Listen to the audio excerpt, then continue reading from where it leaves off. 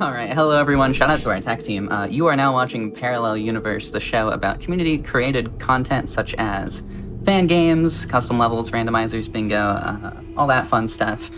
We are continuing the Halloween festivities of sorts, and, well, for that matter, speaking of randomizers and bingo, I am joined by our two runners, Crit Kraken and Superior Donut, and on commentary is the Astropath and Die Forever, who will be showcasing Deus Ex randomizer bingo. This is going to be an absolute blast. It was a heck of a lot to set up, so again, shout out to our tech team, and thank you all for being here. How are you all doing? Good. Hi, I'm doing great. Very excited to be on GDQ here. Me too, absolutely.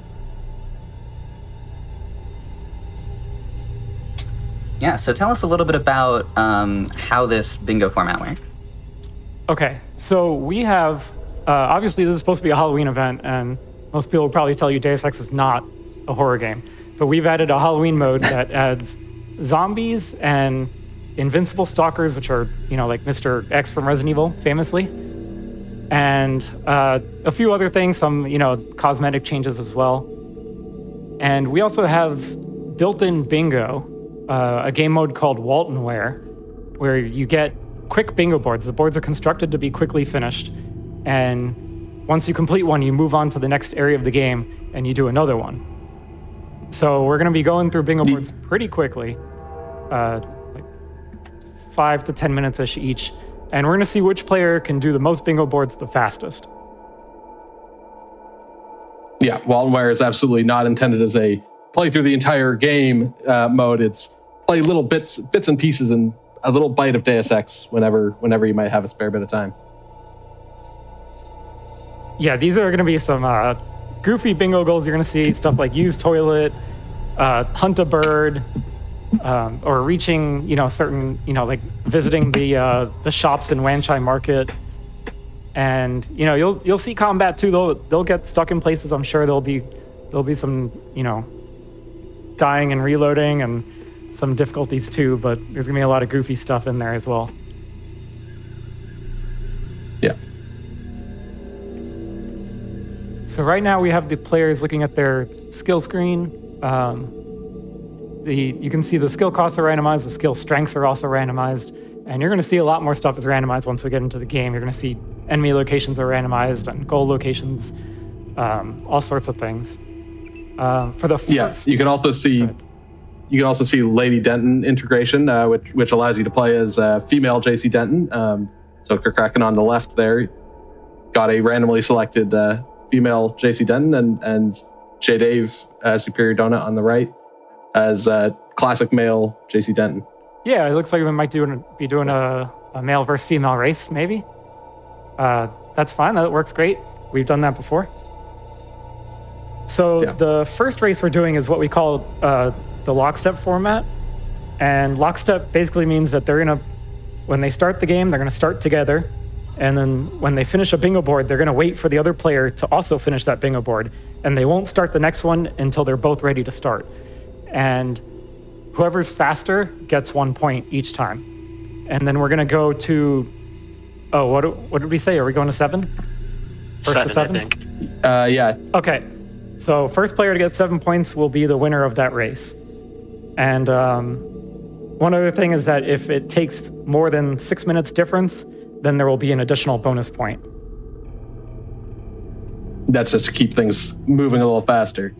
Yeah, because I see a question about about female JC getting chewed out for going to the bathroom. There is support for that in Lady Den. There's a character in the male bathroom. Yes. And there's a bingo goal for it as well. There's a possibility we'll see that. Yeah, there is a bingo goal for that. We have like 360 bingo golds in the pool, I think, somewhere around there. Yeah, there's quite a lot. Yeah. Yeah, it's a fun one. Lady Denton is actually an external mod. We didn't develop that ourselves, but we integrated with it. They were pretty open with being combined with other mods, and we also can be combined with other mods as well. You can do randomizer with Revision, GMDX, Vanilla Matter, HX Co-op, Lady Denton. So yeah, there's a lot of options in Deus Ex modding. Yeah. Right. Yeah. Yeah. Pretty much any other major mod has DX Rando support as well. Yeah. We're So good to start whenever you all are ready. Yeah, I think we're ready to start. All right, players. excellent. Yeah, start on 1, 2, 3. And start on 3. I pressed the start button, but it's the Okay. intro. Well, you guys, okay, get in the intro, Crick, and I can do the countdown. I already clicked through. Because I thought you clicked through. Okay, you're both He starting. did, Okay, yeah. go. Okay, yeah. Yeah, go. Okay, we're gonna mute All and right. deafen them. All right. Yeah, Oh, I thought I was already. Wait, I have MCUs. What? now you are. There you Okay, so we've got a mission 5 start, which is I accidentally when turned on. JC gets autosave. imprisoned What? in a mysterious facility. What was the seed? And you're trying to 7, 8, escape. 9, Now, 3, 4, 2? Waltonware is intended for a quick play. So this is kind of a funny starting point to see this. No, that wasn't it. What was the seed? We have a feature called Augmented Prison Pocket, which allows you to keep your weapons and equipment here. Normally they'd be taken away, and you'd have to build up your equipment again and find your way to where all your equipment is stored. In Waltonware, to keep things fast and kind of equivalently paced, we let you keep all your equipment going into Mission 5 in Waltonware. Here they've got randomized starting equipment, so they didn't have any personal attachment to what they already had. Yeah, we've got a plasma rifle. That's Stompy Human. a weapon that was kind of injured in later, nerfed in later versions of the game. Accidentally got broken in the multiplayer patch. Yeah, it got bugged when they added multiplayer support. They tried to do. So balance we beats did bring it. We did bring it some of its damage back. We didn't go as far as the game originally actually had it, because it was pretty strong in the very original release version of the game. Yeah, there are various interpretations of how strong the weapon should be, because there's at least 3 different interpretations. I'm trying to destroy this military bot. Yeah, I haven't looked at these bingo goals at all. So destroy a military bot was on the left side there. Okay. So I see all of these typically required here to the next map. So yeah, so if they need to go up to UNATCO HQ, which this facility is underneath, they'll probably be changes the choices. Often players of Waltonware races will want to try and not stray too far from wherever they start. They'll want to try and get everything done within the first map that they start in, but here they ended up having to make their way up to UNATCO HQ. I think they're going to have to get to the next map. They're going to have to do a little bit of the main mission here to progress to, like, Kraken. He might do put the flag in Manderley's bathroom, which is the next part of the next map. Yeah. That leftmost column does look not too bad. Actually, Field of Hollow Bones requires you to pet a bird, because DX Rando supports animal petting, because who doesn't want to pet the dog? Yeah, we also have pet the dog on this bingo board too. That is the headline feature of the randomizer. It's Look at that. petting dog. Not only do we have pet dogs, we have pet Karkin. This is a petting heavy, Wow. one might even say a heavy petting bingo board. Maybe not, but someone might say that. I don't think I've seen that before. 3 animal petting. Yeah, dogs there's a on lot one of board. very animal focused. But yeah, petting a bird would require you to go up all the way to the surface, so that's maybe a little bit further away. Yeah, that's way far. I don't think we're going to see that in a race. No, so he might be doing the middle row as well. Okay, well, I think he's keeping his not a options dog, open but- right now. Because he's looking for Paul at this time, and Paul's location is randomized. So he's going to look for Paul so that he can get the code to get out of this map. And along the way, he's going to do whatever bingo goals he finds convenient, and then he'll decide which line to do at the end. Yeah, leave your options open. Yeah. So yeah, as you mentioned, finding Paul. So randomizer, major goals are randomized. Before we get into that, we should probably mention that large fellow there who was just showing up on Kraken's stream. That's Mr. H. I think Dai had kind of mentioned him before, but he's legally not the same as Mr. X. Not related at all. Not at all related, but he is large and invincible and will chase you wherever you go and cause some chaos. Yeah, he will smack he's you. one of our stalker options available in the Halloween mode.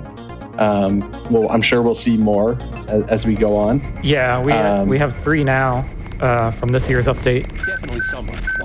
Yeah, hot off the presses. Yeah. But as I was saying, major mission goals are randomized in the randomizer. So Paul Denton would normally be in the surgery ward here, close to where Kraken is. But there's a couple places around the map that he might have been randomized to in the randomizer. So to get out of this facility, you need to find Paul and talk to him or find his body, depending on how good of a brother you were. And get a code from the mysterious Daedalus contacting you through his info link.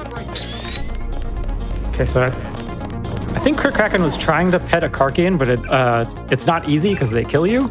They are very big and strong. But he did take down the merchant. So. Oh yeah. Let's see. Yeah, that line is doable. If he finds a med bot, that line is doable, at least that column. And then the row. I guess. Oh God, where's the alarm? There's one right here, isn't there? The alarm panel. There's one around here. There's one up, kind of overlooking the Karkians. There's one in the command center near where Kraken is. Superior Donut on the right looks like he went to the armory. I don't think he found Paul there. No, because that is one of the options. Not only is Paul randomized, but where your equipment is. Not that it matters in Waltonware, but where your equipment is also randomized between either the armory or the surgery ward where you typically find Paul. So there's a little bit of in a regular game. There's a little bit of knowledge you can gain there as well, because your equipment will never be on the same side of the facility as Paul. So you can, if you find your equipment, Paul's not in some of the locations over there. If you find your equipment in the other place, then that it infers information, which always makes for interesting gameplay. Yeah, you can use some scouting. Oh, J-Dave found Paul's in vanilla. Okay. Yeah. As it turns out, here we are talking about the randomization of the goal locations, and Paul randomizes the original location. Now this is a tough spot. I mean, we've got Mr. H here as well, so that does not help at all. And there are I guess the other thing that here. Oh, got a little pet along the way. Okay. The other thing we didn't mention, but I think has been popping up occasionally here, is Halloween mode has zombies. So if you kill an enemy and leave their body there, after a while they'll come back to life as a mindless zombie without any guns or anything. Yeah, they drop their slap gun. you. But they will still cause chaos and problems for you. Yeah, you might see them destroy the bodies so that they don't come back as zombies. That happens sometimes if the body is in like a spot where you might have trouble with the zombies, with additional enemies and stuff. This is a really rude spot. Yeah, this corner is causing problems for both of them. It is funny though. This is an immersive sim, Deus Ex, one of the most notable immersive sims, you might say. And even with the zombies, we didn't even entirely plan it, but when you burn a body in Deus Ex, if someone dies from burning, their body is left in a very weak state, which makes them look very dark and crispy.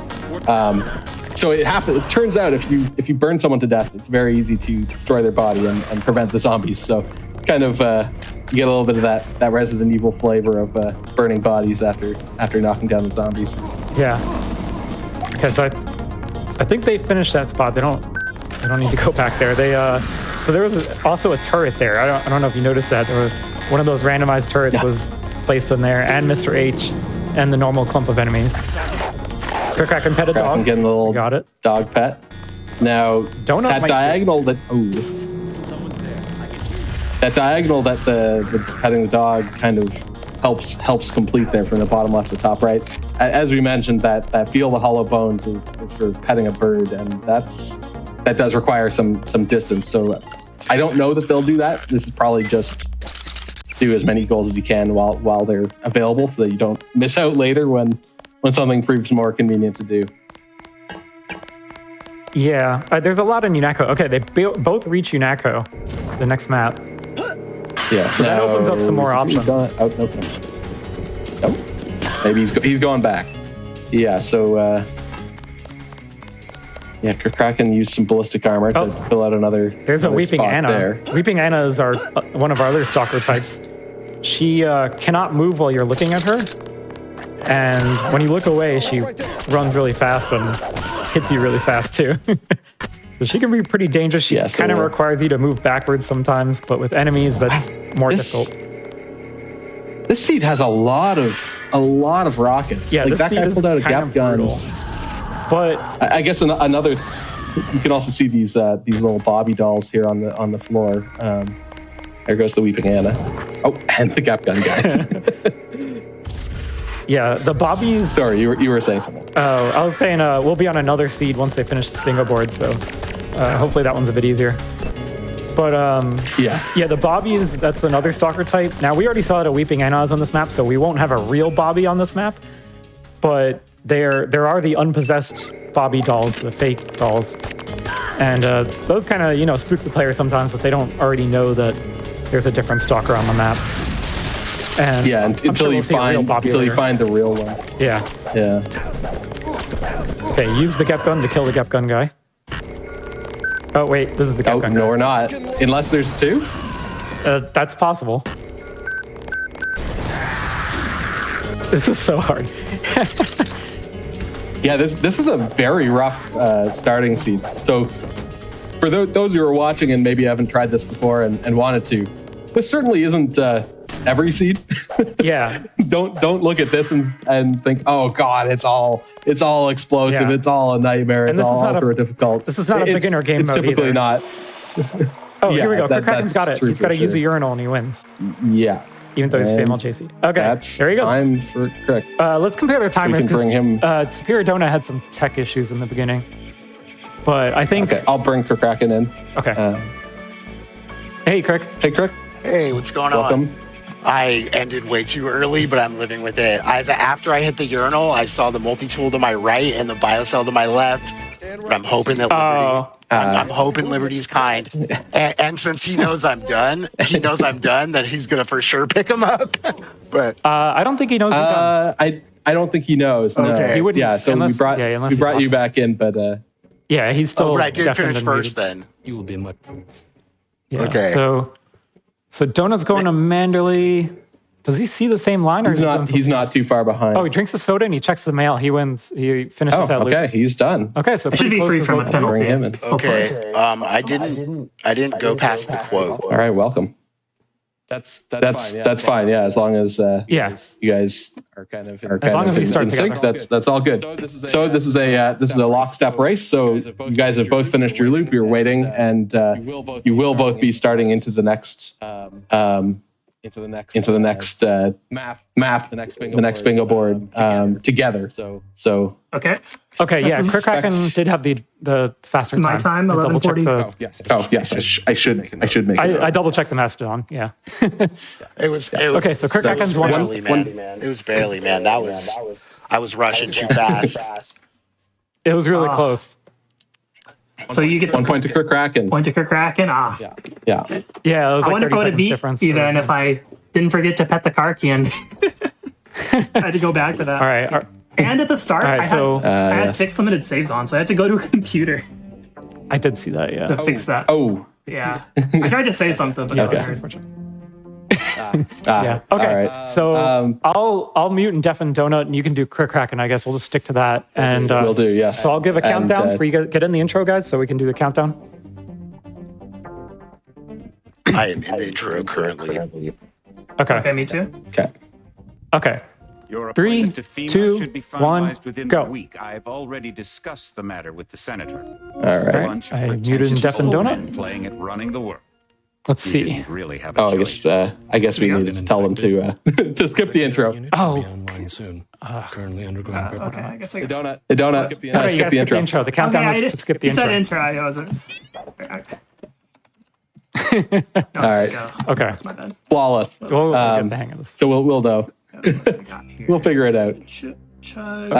Yeah. So here we are. Next bingo board. This is Liberty mission Island. 1, the very start of the game. Yeah. Liberty Island. But not the location where you normally start the game. This is near the Harley Philbin dock.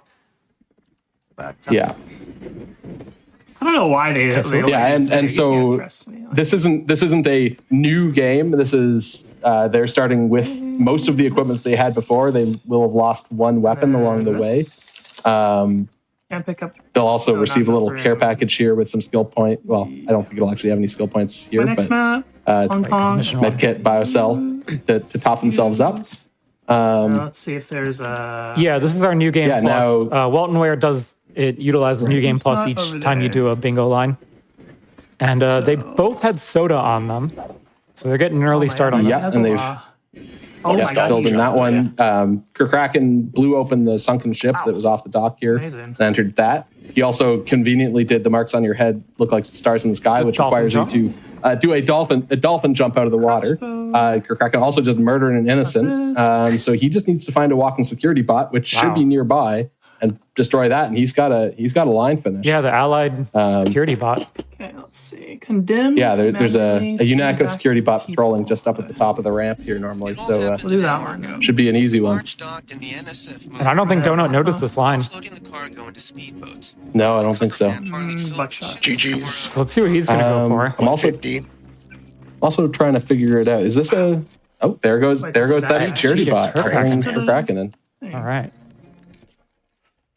All right, welcome. Wow, that was a fast one.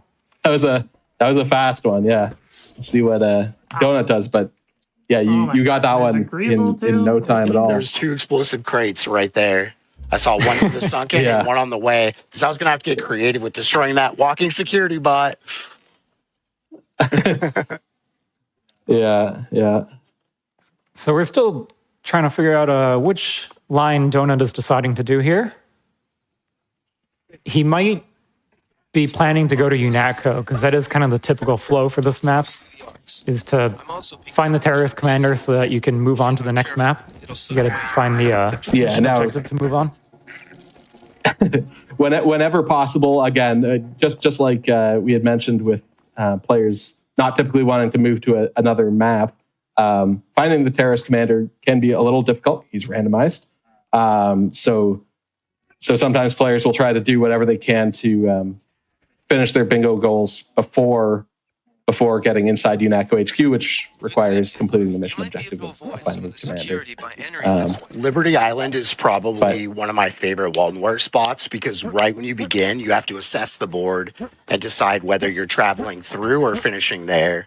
Because sometimes you can't even finish there. So, like, as far as routing goes, you have to route on the fly as quick as possible. And even if you can do it without progressing the story might be quicker. So, it's fun pathing wise and routing. Yeah, and I mean that's certainly in play here, but every mission, even every Walton Ware mission, especially if you're doing a race, obviously, if you're just playing casually, not as much, but you really have to look at your board and figure out, okay, what am I doing? How much work do I want to put in? How much of this is I just have to walk to it versus actually actively doing something?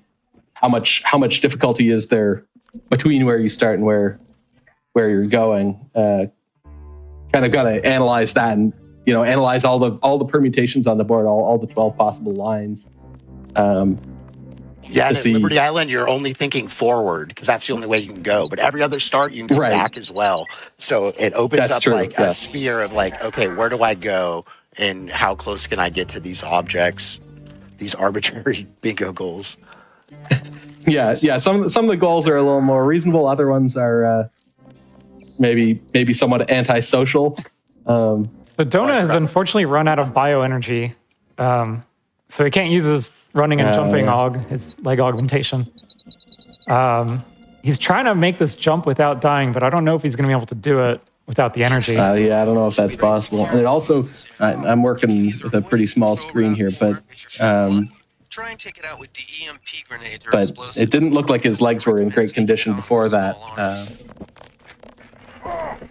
Yeah, this Creating is, his medicine skill. this is a tough route he's trying to do here. Let's see if he finds the commander here. No, he might load back. Yeah. Yeah, so they started on the north dock, which means that the commander won't start near where they are. Yeah, there's a couple of mutual exclusions. Map. Yeah, you can't have goals. Yeah, so there's are some too close together knowledge you can gain. Yeah, the boat to leave the island is also randomized, so you can kind of, if you spot that, you can also infer the commander's not going to be around there as well. It's like a buffer zone, so you can logically deduce where the commander's going to be based on where the boat is and where you started. You don't have to check every spot. Exactly. Yeah, and this game does have quick saves, so you saw him do a save and jump and check down below and then load back. So there is some save game management you can do to scout multiple spots like that. Meets up some enemies on these stairs. It's pretty tough. I'm wondering if we might start having to think about that bonus point here soon, because that was a pretty fast start of the loop. I think it was sub 2 minutes. I don't remember exactly what it was. It's where it tells you medkit drops past where the time is, because I can go past where I'm at to get. Yeah, it's further down. Okay. It's close to the vanilla credits, really. You had 1 minute 50 seconds is what you had. I just checked it. Okay. It's a good thing we enabled the online features. We'll got to show those off too. It's super cool to be able to see where everybody died. Yeah, the online features. You see the skulls floating there. Those are death markers. If you turn on the online features, then you can log your deaths, and other people can see where you died, and you can see where players have died, and you can right-click on the skulls and see how they died and how long ago it was. It's pretty cool. Leo, there's the terrorist commander. Okay, he's down. That was a 2-for-1, killing an innocent and sending him back to the people in a body bag. Took me a moment to read what that one was actually called there. Yeah. But so he's got a little bit of progress on visiting the points of the Statue Foundation. I don't think he's going to do that since binoculars he's are a big not find. up there. He finds binoculars. Yeah, so there's a lot of bingo goals that rely on looking at things through binoculars or a scope. So having binoculars on hand is always nice. Yeah, that'll give him a little bit of an loops. advantage over Crick in the future loops, because Crick. Now, I guess that's also spoilers. Spoilers, Crick. Cover your ears. Yeah. Oh yeah. You don't know that he got those. No, it's fine. I would assume that he would have the advantage in that. I've been trying to go so quick that he's probably going to catch up in late loops because he's gathering more stuff, and I'm just like, I got to get out of here. So we'll see. That's what happened in a couple races we've done in this format, because it's a newer format to try, where like I would get like the first 4 and then he would come back. I think the first time we did it, I got 4, ended up getting 5, and then he got 7 because he just, in the end, he came back. Donut does have a kind of a safer late game playstyle, I think. Yeah. Like he spends the early part of the race preparing for the later loops, I think. He has a conservative. There was a bingo goal.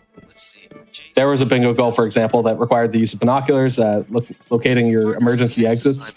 So you had to look at that exit sign over the UNACO door to finish that goal. Are you sure you Okay, so he's reading Know Your Enemy. I do not make mistakes of that kind. Yeah, reading. He's a skimming, fast reader, okay. Maybe more. Maybe. All right, checking the bulletin board. Okay, so he's just got to check Manderley's holomail, and he's almost done here. Okay. What does his timer say? I can't read his timer on my preview. I unfortunately can't read anything either. Oh, he finds our repair bot. That's a pretty big deal.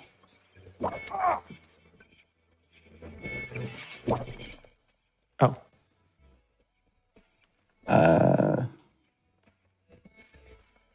9 minutes, 9:05. Oh, so that is going to be 2 points then. It's going to be a 2-pointer. That is a bonus point. Brings it up to 3-0 here. Okay, that's pretty dangerous, but you can still come back from that kind of thing. I totally expect him to come back. He has done it previously, especially in this race type. He is pretty good at that, yeah. Oh, Okay. he's All right, finishing and up. there it is. Oh, never mind. I was going to say something, but he just finished. Let's bring him in the voice chat. Hello. There we go. GG's Donut. Jeez. So Crick did get a bonus point on that one. I got one. His time Had a was, fast one. Yeah, 150. yeah, I hit. he was done right off the dock.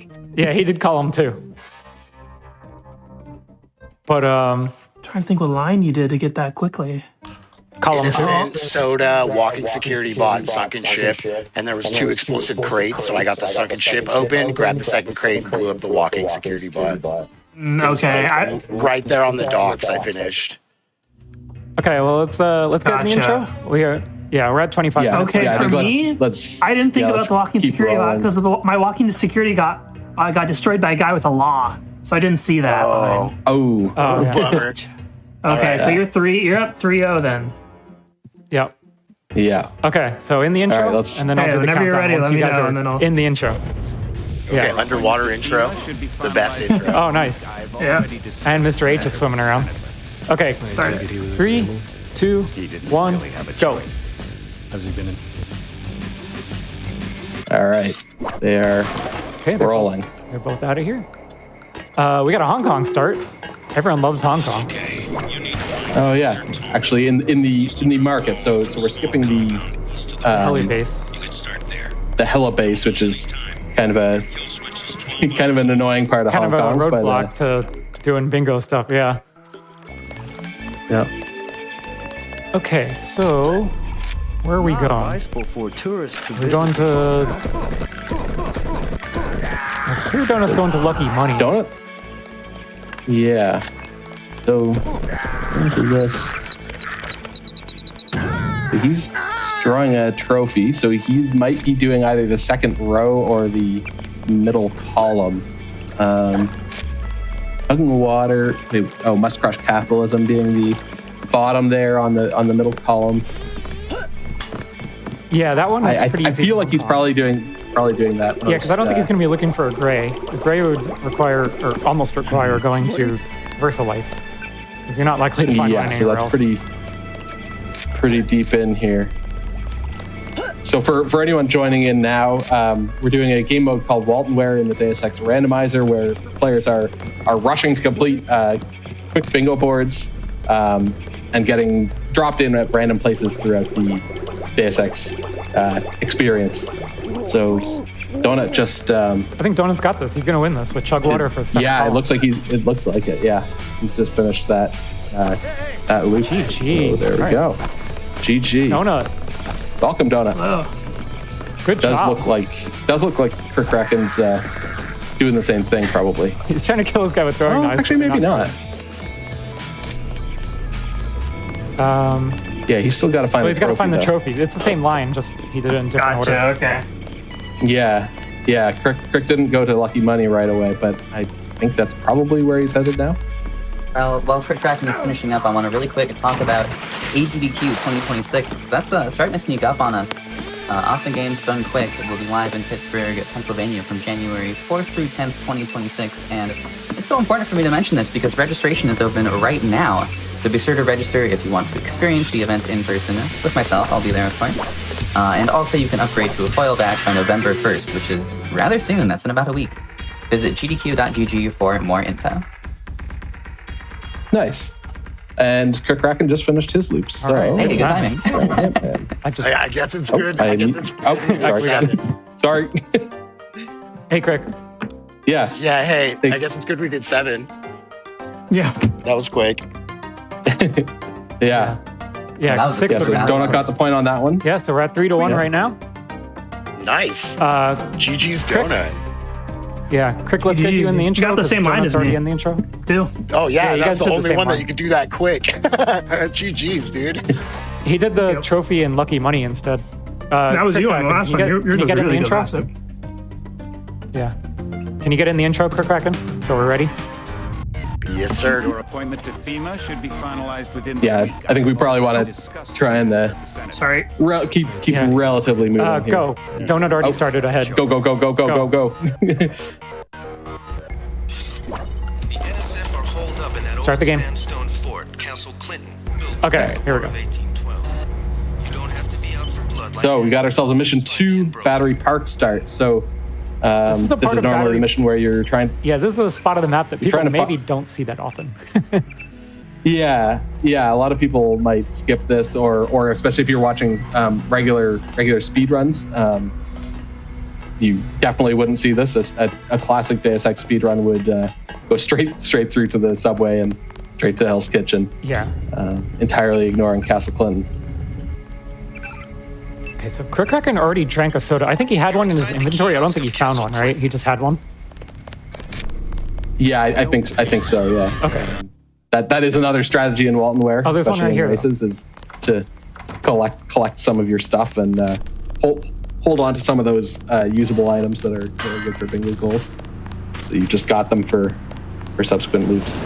Crick Kraken Crick's taking going out the back rarely door used back window. Yeah. That's pretty Yeah. cool. Just avoiding a bunch of enemies there. Donut just makes it work there. He Yeah. just runs out the front without dying. Yeah, now you also saw his baton there that he was using to bust open that crate was extremely slow. Randomizer will play with weapon stats are randomized speeds too. and damage. So it's an unfortunately bad baton. Well, I don't know about the damage, but from a speed speed was bad. perspective, it's not very good. Crick Kraken has a sword, the metal sword. You don't see that too often well, certainly not in vanilla. Not in vanilla, yeah. Even in randomizer, yeah, you don't. Yeah, it's one of the more rarely want used. to sacrifice three inventory spaces versus one for a knife or baton, or 4 for the dragon tooth sword, which may be worth it sometimes also. Right. And the random stats do make it, sometimes worth it, sometimes not worth it. Sometimes you gotta really think about it. So that's another interesting thing, Yeah. is choosing your weapons and changing, deciding when to change weapons. Yeah, forces you to think about what you actually want to use, rather than just going with, if you're playing Deus Ex, for the 100th time, using exactly the same loadout as you always use. Yeah. Now, I'm really hoping here that what we're seeing Crick Kraken do is the diagonal from top left to bottom right, because I mean, not only is that just a good quick line, but it means we get to watch him play some basketball on the court. He's pretty good at the basketball. Yeah, nothing but net. He is pretty good at basketball. It's one of those things where, like, obviously, if you're just playing this game, you wouldn't put in any time practicing that, throwing the basketball at the net. Right. But when you've got a bingo goal to sign up for the Knicks, you got to just sit there and throw it. And over time, you're just going to become naturally better at that. Hey, I mean, the NBA season just started. It's topical. Yeah. Well, Crick There we Kraken's go. JC, so WNBA for Crick Kraken. Oh, good. Yeah, true. Using Shout out that, to the that sword. WNBA. I think sign her up for Liberty is the special message in Lady Denton. Yeah. Instead of sign them up for the Knicks. I assume the Liberty is the WNBA team. Yeah, you got it. I believe that is correct. I think you're right. Crick Kraken's doing it. All He's right. going to Smuggler, and then he's going to go play he's doing basketball. it. All right. Now, meanwhile, Superior Donut, he used a toilet in the bar, so I'm guessing he's doing that. Well, I guess I don't know. He might do He's top either row, doing 'cause top row or that's the- all Smuggler, right? You could just go to Smuggler's map and just finish it there. Yeah, you're right. He might have the blowing faster someone line. up? Well, yeah, Blowing someone up in Smuggler is a little more it's difficult, true. but I don't know if he can get lucky. If there's a randomized with a character, lucky clone, yeah, you might find someone down there. if he has All right, explosives. Crick's going for the court. Nothing. I checked his pockets.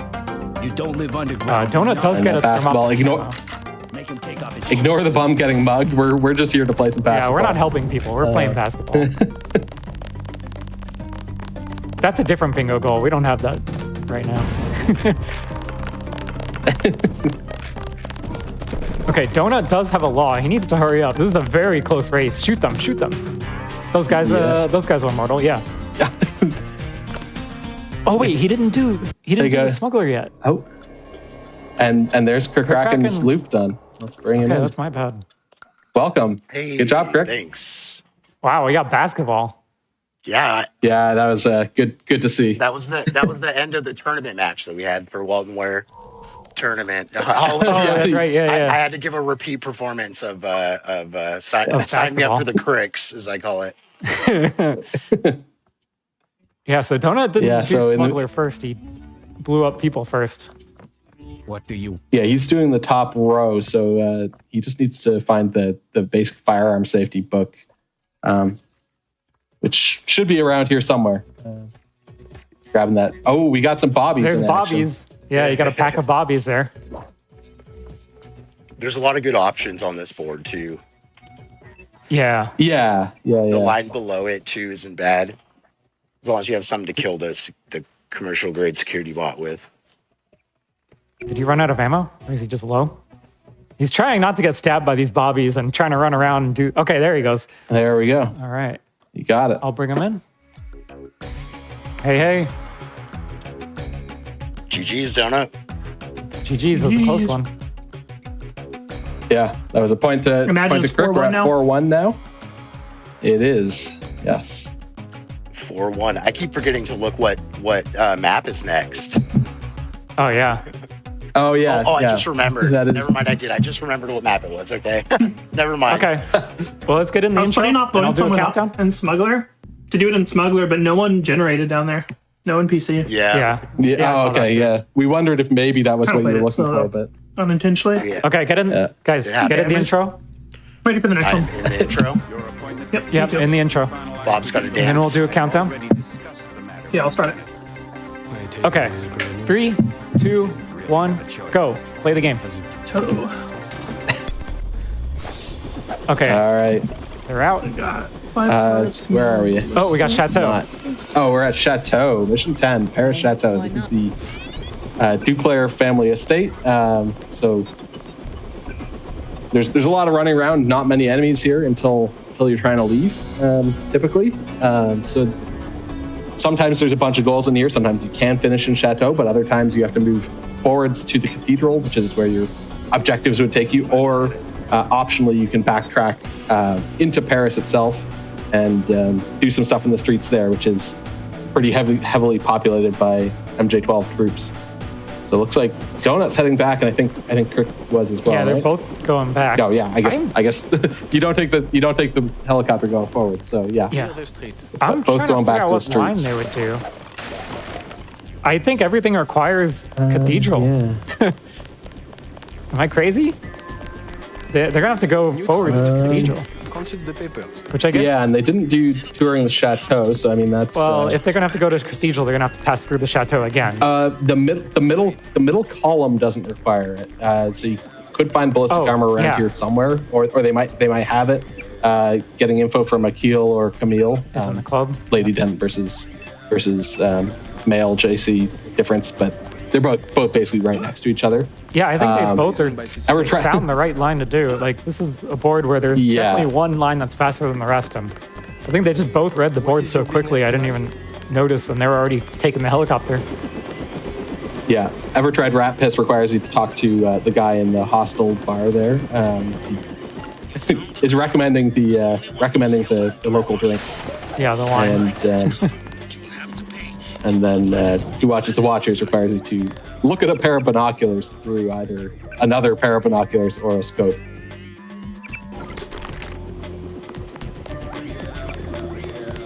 Okay, so Donut is... Keep moving. What is he? Maybe trying to find an armor? Maybe, yeah. Because I think normally the armor in this map would be in the arms smuggler's house, the arms dealer, yeah. And so I think it would normally be in a box, maybe. So you might be poking around for that. I guess he didn't find it though, so he's headed into the bar. Okay. The Porte de l'Enfer. Let's see if he pays the fee. Oh, he paid the money. Did he do that on purpose? He paid, wow. It's 300 credits to get in, which is like a lot of money, but also not that important when you're playing Waltonware. Oh, the merchant had armor. He just killed the merchant and he had armor on him. Oh, wow, okay. Okay, that's now a he's bit lucky. murdering an awful lot of people in here. This is he just doing it causing a for bit of loot, chaos. ammo? Maybe. Because he does need to talk to the dancer if he's doing that true. line. And if people get scared, if everyone's they won't talk. panicked. Oh, and we got Weeping Anna in here. Okay, he doesn't take damage. Kirkraken did not pay the 300 credit fee. He killed the doorman instead. Both of them did kill the merchant, though. Yeah, that's pretty typical. Okay, but that means let's get the armor. Kirk found a keel, so that guy is kind of sitting at the table there. He's picking up some bioelectric cells. Looks like Donut's doing some looting. Seems a little risky. Do they have given the points lead that Kirk's got? Do they have enough to watch the Watchers? I don't like. Do they have a sniper rifle or a second pair of binoculars? Yeah, that's a good point. Yeah, I'm not sure. They might have to they'll probably just try to find an enemy who has a sniper on them, but I think there's also binoculars in the pair of streets in a crate. And when it's in a crate, it's kind of a good thing because then you can see it from a distance. And binoculars are kind of small, so if they're not in a crate, they're a bit hard to see from a distance. Yeah, so Donut talked to Camille, the dancer there, the dancer in the nurse outfit. Kirk's just uses ballistic armor, so he's doing some skill upgrades before finishing this loop. So with the new Game Plus mechanisms in Rando, you will lose some skills as well through the new Game Plus, just as a way of kind of keeping you a little bit under control while keeping most of what you've got. So it's worth upgrading, spending the points. Yeah. Oh, also, no, I thought that was a rock. Also, you do lose a portion of your unspent skill points, so it's good to spend them before you leave. Yeah. Kirk just found binoculars in the crate there. Nice. So he probably has what he needs. He just needs to get somewhere where we don't die. Yeah, he's got it. Yeah, he does have another pair. Okay, perfect. Yeah, so he's doing that. Now, the one disadvantage of this, so he just finished his loop. I'll bring him in. The one disadvantage of doing what he just did is that he doesn't get to keep that second pair of binoculars. Welcome, Kirk. Good loop. Yeah, I sure don't. I had to find that second pair, but did you see that lucky ballistic on the merchant? Yeah, off the merchant. That was like RNG praised, man. That's the only way that was possible. I did not. I used my ballistic already. Donut might have theirs. Yeah, that's true. Yeah, that merchant was pretty good. Yeah. Okay. The merchant always dies in Waltonware because in the regular runs you never see him again if you kill him. But Waltonware, it's a new run every time. So the merchant has a very high mortality rate in Waltonware. Right. Yeah, he'll be back. He'll be fine. Yeah. When you get to New Game Plus, it resets who's dead and who's alive. So the merchant will be in the future loops, which is kind of a quirk of Waltonware mode where it's like, you could just kill the merchant. It's okay. You don't have to pay him money usually. Just don't do it in front of someone who will get angry because they might kill you. Yeah. Other people can get angry when they see that. They started to flip out. Donut's going, but they didn't catch me, I guess. I heard somebody go gasp when I killed the merchant there. Yeah. But they didn't aggro, so I didn't have to load. It was pretty nice. Nice. Now, Donut was just checking inside the locked room in the hostel there. I'm not entirely sure why. I don't know if he's just looking for the binoculars now or what exactly he's looking for. He might not. If he's looking for the ballistic? Yeah, he might not remember. He shot the crate. I think he found the binoculars. I was going to say he might not remember if it was a crate or a free item, but he does find it. He's about to win. I'll bring him in. No. Well, he has the once armor. he uses the binoculars, yeah. Oh, yeah. GG, Donut. I think it might have been quicker to do the row 4. He's What was your time? Maybe birds, a bit of. maybe. Maybe yeah. if that door was the door to the mausoleum was destructible, but it's not always destructible. I don't think. True. No, I think yeah. sometimes it's INF and you got to find the key. So you might get lucky, but yeah. I got 641 for my get time into the intro? on the intro. All right. We're up to 5-1 now. Yep. We're up to 5-1. Okay, Kirkraken, get to the intro, and I will do a countdown. So he would be intro. 3. Okay, I'm on. 3. Yep. Sorry. 3, 2, 1, go. And we'll boot you from voice chat. All right. So this is this mission 8? I didn't.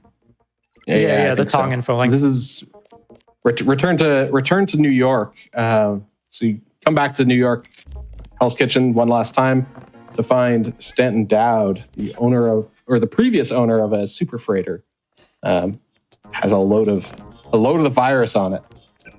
So Donut just went into the free clinic and destroyed a water fountain to stay dehydrated. Okay. Meanwhile, Kirk had drank a bottle of alcohol in the bar.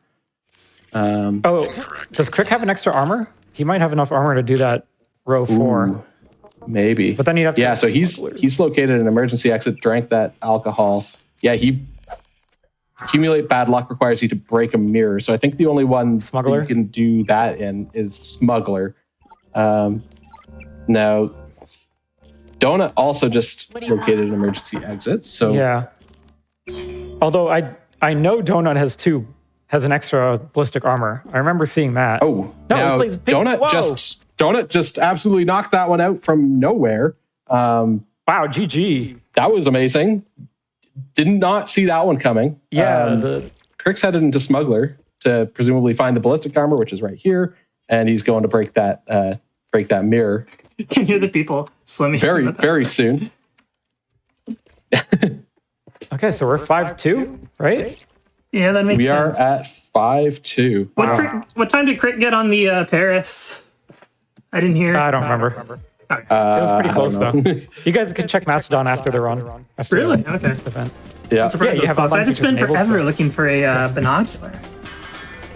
Yeah. Ooh. Now Crick did find He found a therm camo. optic in There was Smuggler, a and merchant, so there that would have been quick is. too, if he spots the merchant. Hey, Well done. Hey. Hello. GG's. That was a close Donut one. got that one. So it's 5-2 now. Man, yeah. Edge of your seat. Edge of your seat.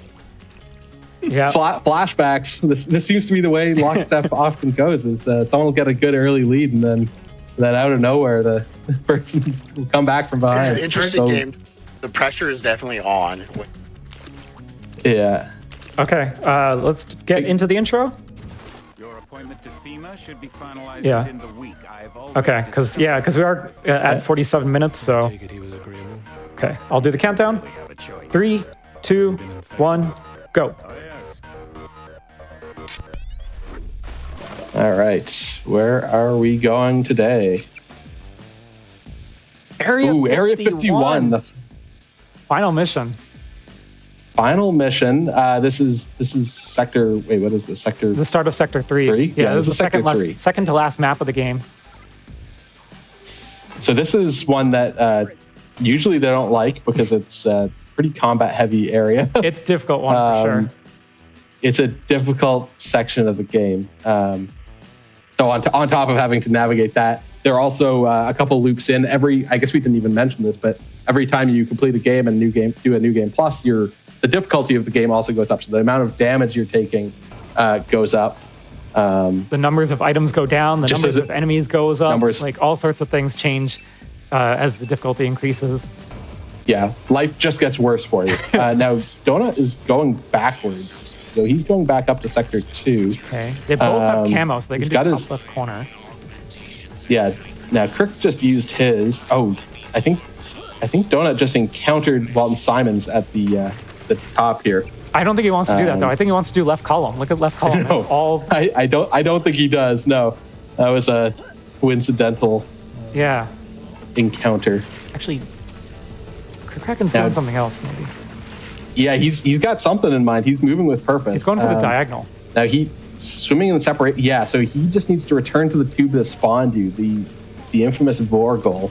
So he's got to make his way to Sector 4, where there's some cloning tanks, and one of them is empty and with the lid open. So you got to hop back in there and feel what it was like. Yeah, that's not that easy. That'll be quite a bit of forwards progress. No. Yeah, that's making actual forward progress at what are we? 1, 2, 3, 4, 5, 6. This is loop 7. So yeah, you'll be at probably combat difficulty 7 or 8. I couldn't read it or see it anything there, but you're taking a lot more damage than you normally would. The combat difficulty is a straight multiplier on damage that you take. I think realistic difficulty is normally 4 times damage. Yeah. Yeah, in vanilla. So you're looking at double the damage that you would normally take on the highest difficulty in the original game, plus less equipment and more enemies. And more enemies. Yeah. Crick's trying to decide how to get through this door because he doesn't have enough multi-tools. He can't get high enough multi-tool electronic skill. He might want to look for the data cube to get through there. He might have to. Yeah, now Donut's made his way to the surface entirely. Yeah, I think Donut's plan here is working out better. Yeah, I mean, he's got something in mind, so he's chugging some water. His camo is still active. He had good environmental skills, so his camo is still on. So he checks for a couple items. Oh, okay, and then he just needs to get in here. What was that? Play a pinball machine. Okay, yeah, basement of the command building. Does he? Okay. Yeah, this was definitely the easier. This is definitely the easier direction to move in Area 51 back towards the start. That's actually something that's not possible in the original game. Once you progress into Area 51, you're actually not able to backtrack through the level. So that's another thing that Randomizer has added. There he goes. Wow. He's got another one. That is a fast Area 51. Went to the wrong spot for the chug water at first. Welcome. Well, that was you found so fast, it eventually. That was a very good line. I should also make a note of what time that was. Yeah, that might be a factor here because Area 51 can easily snowball out of control.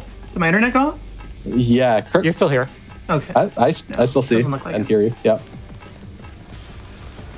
Yeah. So Crick's heading down to Sector 4. He's got to get to the clone tubes. Yeah. So that's. But he did at least get the code. Kind of rough.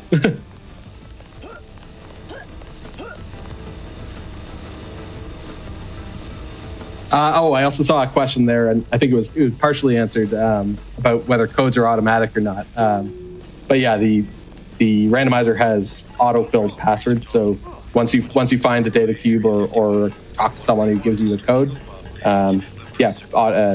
keypads will be automatically populated for you. Yeah, that was a big deal with the randomized passwords, especially the computer passwords that have like letters and numbers.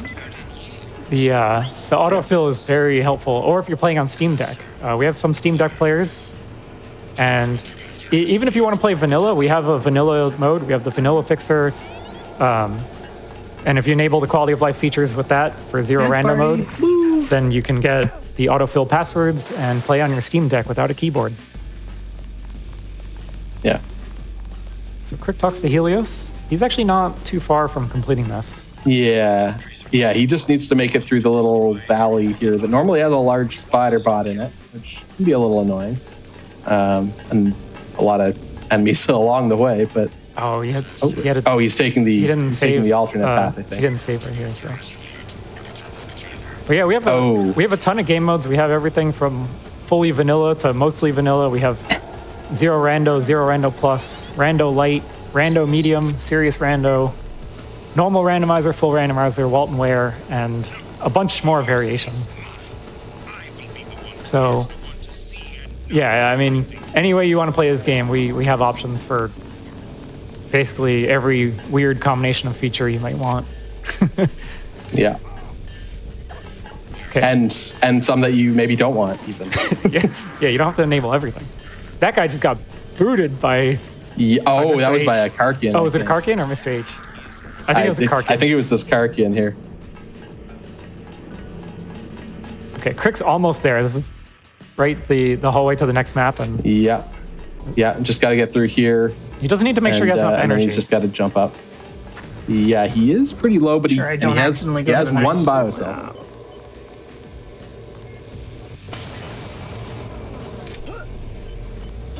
Yeah, be careful with that.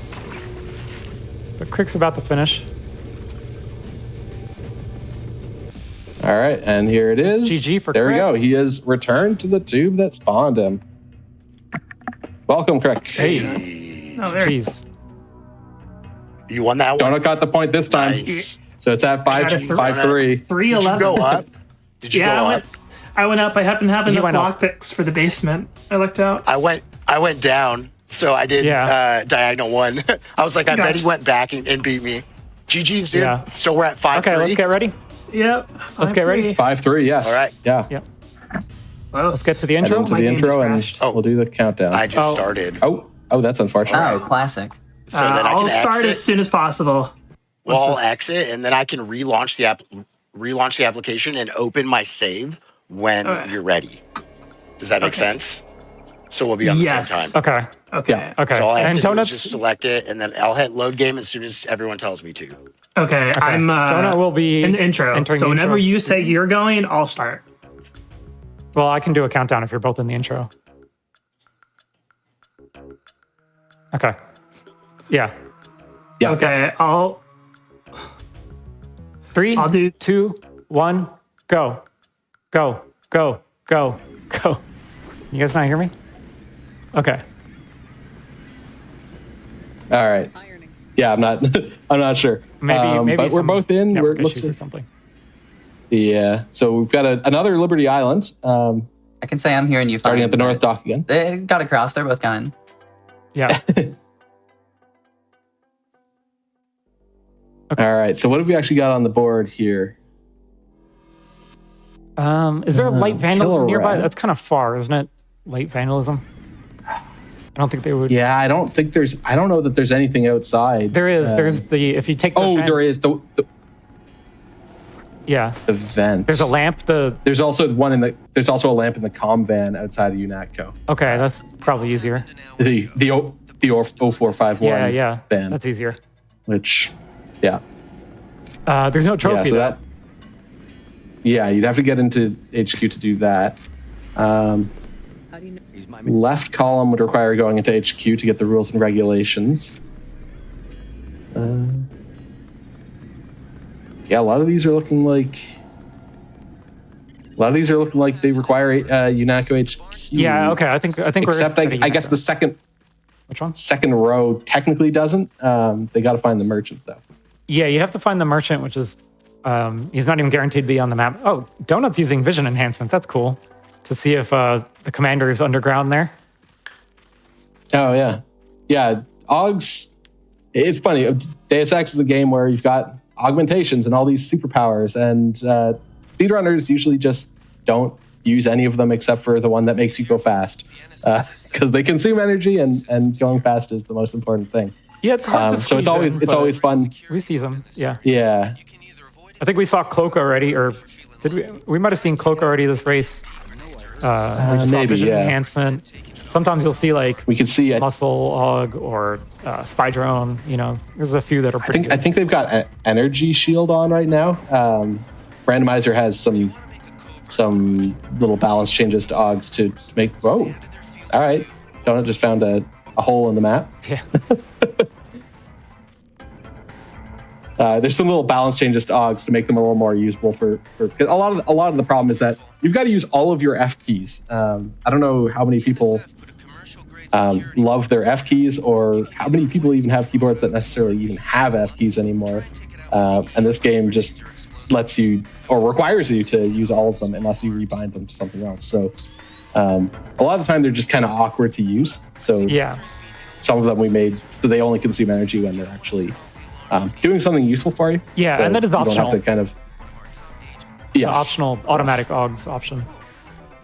Okay, so we free Gunther. So Send him out into the chaos.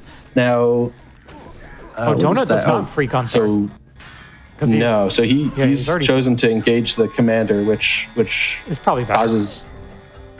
causes Gunther to not be freeable anymore. He's now being freed by the UNATCO troopers. Yeah, Gunther's already gone, so that's not an option for him. But that does open up UNATCO, and it frees up enemies from the map. Yeah, now he's also breaking this glass, which makes that second row pretty easy, or sorry, middle row pretty easy for him. He just needs to embarrass UNATCO, which means going into the bathroom, which came up before, and finding one of the UNATCO handbook books that are scattered around HQ. So those are usually pretty easy to find. There's a bunch of them kicking around. Yeah, it can be anywhere, so it does take some looking around to find them. But in a non-hostile map like UNATCO, it is pretty easy. It could depend on the stalker, though, because if you get like a Weeping Anna, maybe it'll be a little difficult. So let's see. Crick is he looking towards row 2, or is he just in case? Because we haven't seen the merchant on either screen, I don't think. A gap out of nowhere. Gap out of nowhere. Yeah, someone from above. That guy's a NSF MVP. Yeah, he just saved the day. Okay, Crick does find Leo. Now when you talk down Leo or kill him or whatever you do with Leo, you finish the mission here, and it kills all the NSF terrorists on the map, but they can come back as zombies. So yes, at least you don't have guys shooting at you, but there are still zombies around. Oh, the risk changes. Yeah, Donut found the book. So he found the rules and regulations. So he just needs to go and become a. He needs to go into the wrong bathroom. Pest. He needs to be a pest at his workplace. Yeah. Okay, and he's male JC, so there we go. Ladies' bathroom, and there we go. Their point for donuts. Yeah, let's bring him in. Well done. Donut? Hello? I'm not sure if he can hear us. I think he has me muted or something. Is there a way we can you trying for it? Donut, can you hear me? Yeah, I don't. Hey, Donut, can you hear us? Donut, can you hear me? It doesn't seem like Donut can hear it doesn't. any of this. That's entertaining. Doesn't seem like it. I'll go ahead and ping. But he can hear Crickacken? That's weird. Okay. What's up? You're saying that we couldn't hear y'all too? Because I haven't heard y'all in a long while. Like 3 loops. Yeah. Okay. Well, that explains. Yeah, I guess that's confirmation then. That's entertaining. Okay. Yeah. So he can hear everyone. Everyone's muted except for him. But what is he trying to do? Yeah. So that's new. Okay. So Crickracken is. What is he doing here? He's he's trying to knock unconscious an NSF terrorist, and this UNATCO guy is trying to kill him. Oh. So he needs to kill this UNATCO guy's invincible. This is one of the invincible guys, isn't it? I think it's kind of... I'm just going to quickly... Well... I don't think Crickracken realized this guy's invincible. Oh, no. Oh. Yeah, this is tough. Yeah, so wait, which... He's trying to knock out the... He's trying to knock unconscious the NSF. Oh, he did it. Okay, yeah, there we go. Yeah. But he's got low health, and the UNATCO guy's angry.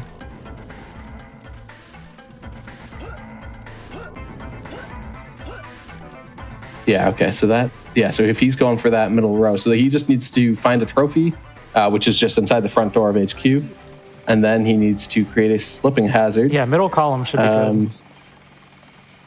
Yeah, so he just needs to find a wet floor sign and destroy that, preventing any potential warning of a wet floor. Yeah. It's not creating a slipping hazard, it's creating the potential for one. Sure. We're thinking steps ahead with these bingo goals. So he's got that trophy hunted. Remember that Mr. Manderley wants to see you. Level 2.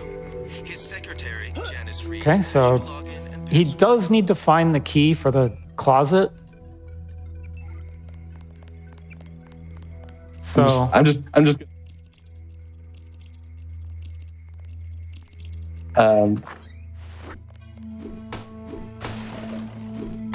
that's a little bit quicker.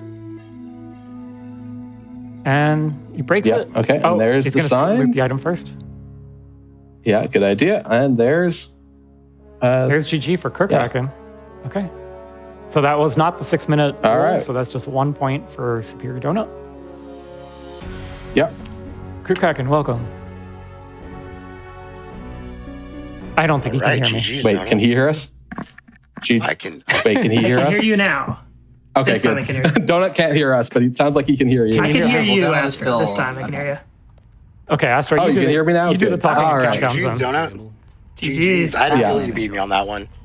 Oh wait. Can you just not hear die? I can't hear that. You can't hear me? not.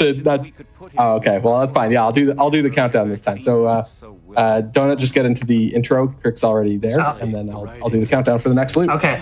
And we're at 5-4, by the way. I guess I should say that. Yeah. All right. Oh, go, Crick. Go, I thought you said. Okay, I'm sorry. I heard no countdown. No, I didn't do the countdown. All right. But yeah, click through. All right. No. All right. I'm muting you guys. Okay. They can play the game. Chaos and confusion abound. All right. Audio. So yeah, we're at 5-4. 5-4, we got an Ocean Lab start. So, this is the sub base, technically, before the Ocean Lab. Right. So JC needs to go down into the Ocean Lab and steal the schematics for the Universal Constructor so that they can, the good guys in quotes maybe, can construct the cure for the virus, the Grey Death. Yeah. So let's see. What are they looking at? That row 4 doesn't look terrible. Yeah, Crick's already on the move. Drank a bottle of alcohol. Row 4. Oh, sorry, row 4? Yeah, row 4 isn't too bad. There's an alarm panel kind of upstairs in the actual lab area. Yeah, then you just need to get into the lab. Oh, Donut could watch the Watchers. Maybe trying to go backwards. So Donut still has 2 binoculars. He was able to watch the Watchers. So now he just wants to find. And he just needs to kill a Greasel. He's going to check up. Which means getting down into the Ocean Lab itself. Yeah. So this is a path that the randomizer kind of made possible. Sometimes it's possible to blow open the actual sub-bay doors here. So rather than traversing the entire facility and working your way through, you could just kind of pop in this way. Yeah. Now, outside of speedrun mode, this isn't always guaranteed to be destroyable. I take it wasn't. No, it wasn't. Given that he reloaded. Yeah, and Waltonware has a random chance. So if you play the speedrun mode for the full game speedrun, then that door is always going to be breakable, so you can kind of plan for it. Yeah.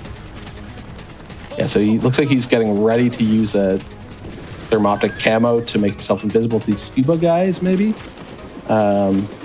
He just got killed. I don't know if he got sniped. Out of nowhere. Must have been a snipe or something, yeah. Because that guy can be pretty nasty. Sometimes audio cues can fill you in on that. It must have been a sniper because these trank darts on these scuba guys are never going to do that. Yeah, usually not. I mean, they could if it's not a trank dart. If it's a regular dart, I think it's possible. Maybe. Yeah, they hit the head. Okay, Crick's having a bit of trouble in this gas station.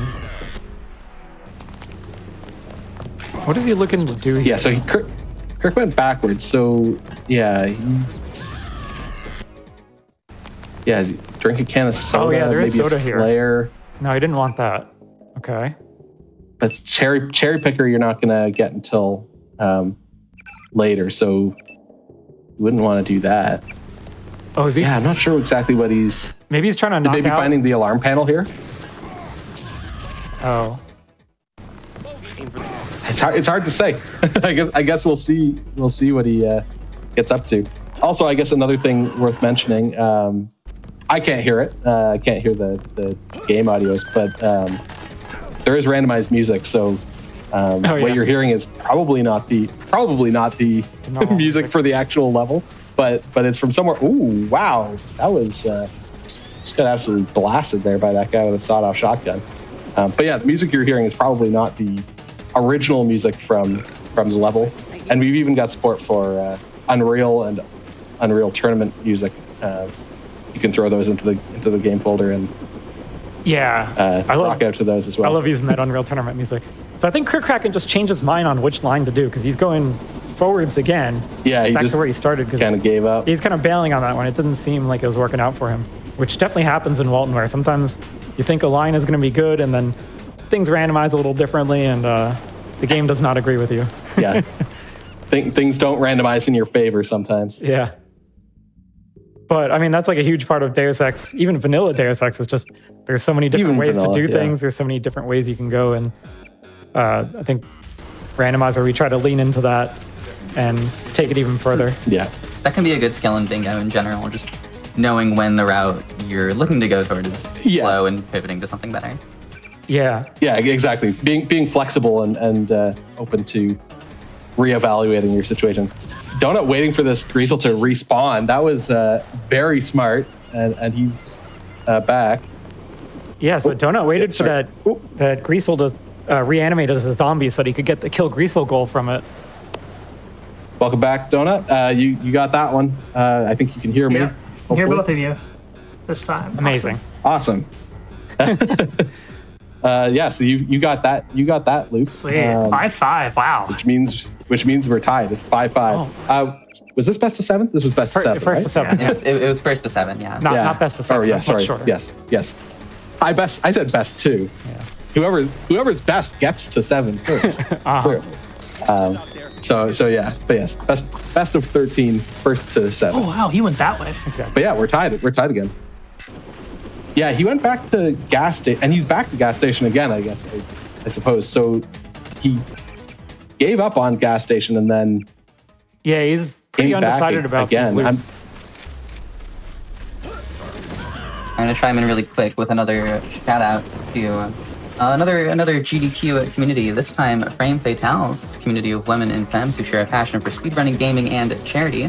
And in addition to their 2 flagship events, they host activities year-round in their community Discord at like Game of the Month and randomizer events. Speaking of randomizers, and if you'd like to get involved, you can type !FF in chat. Excellent.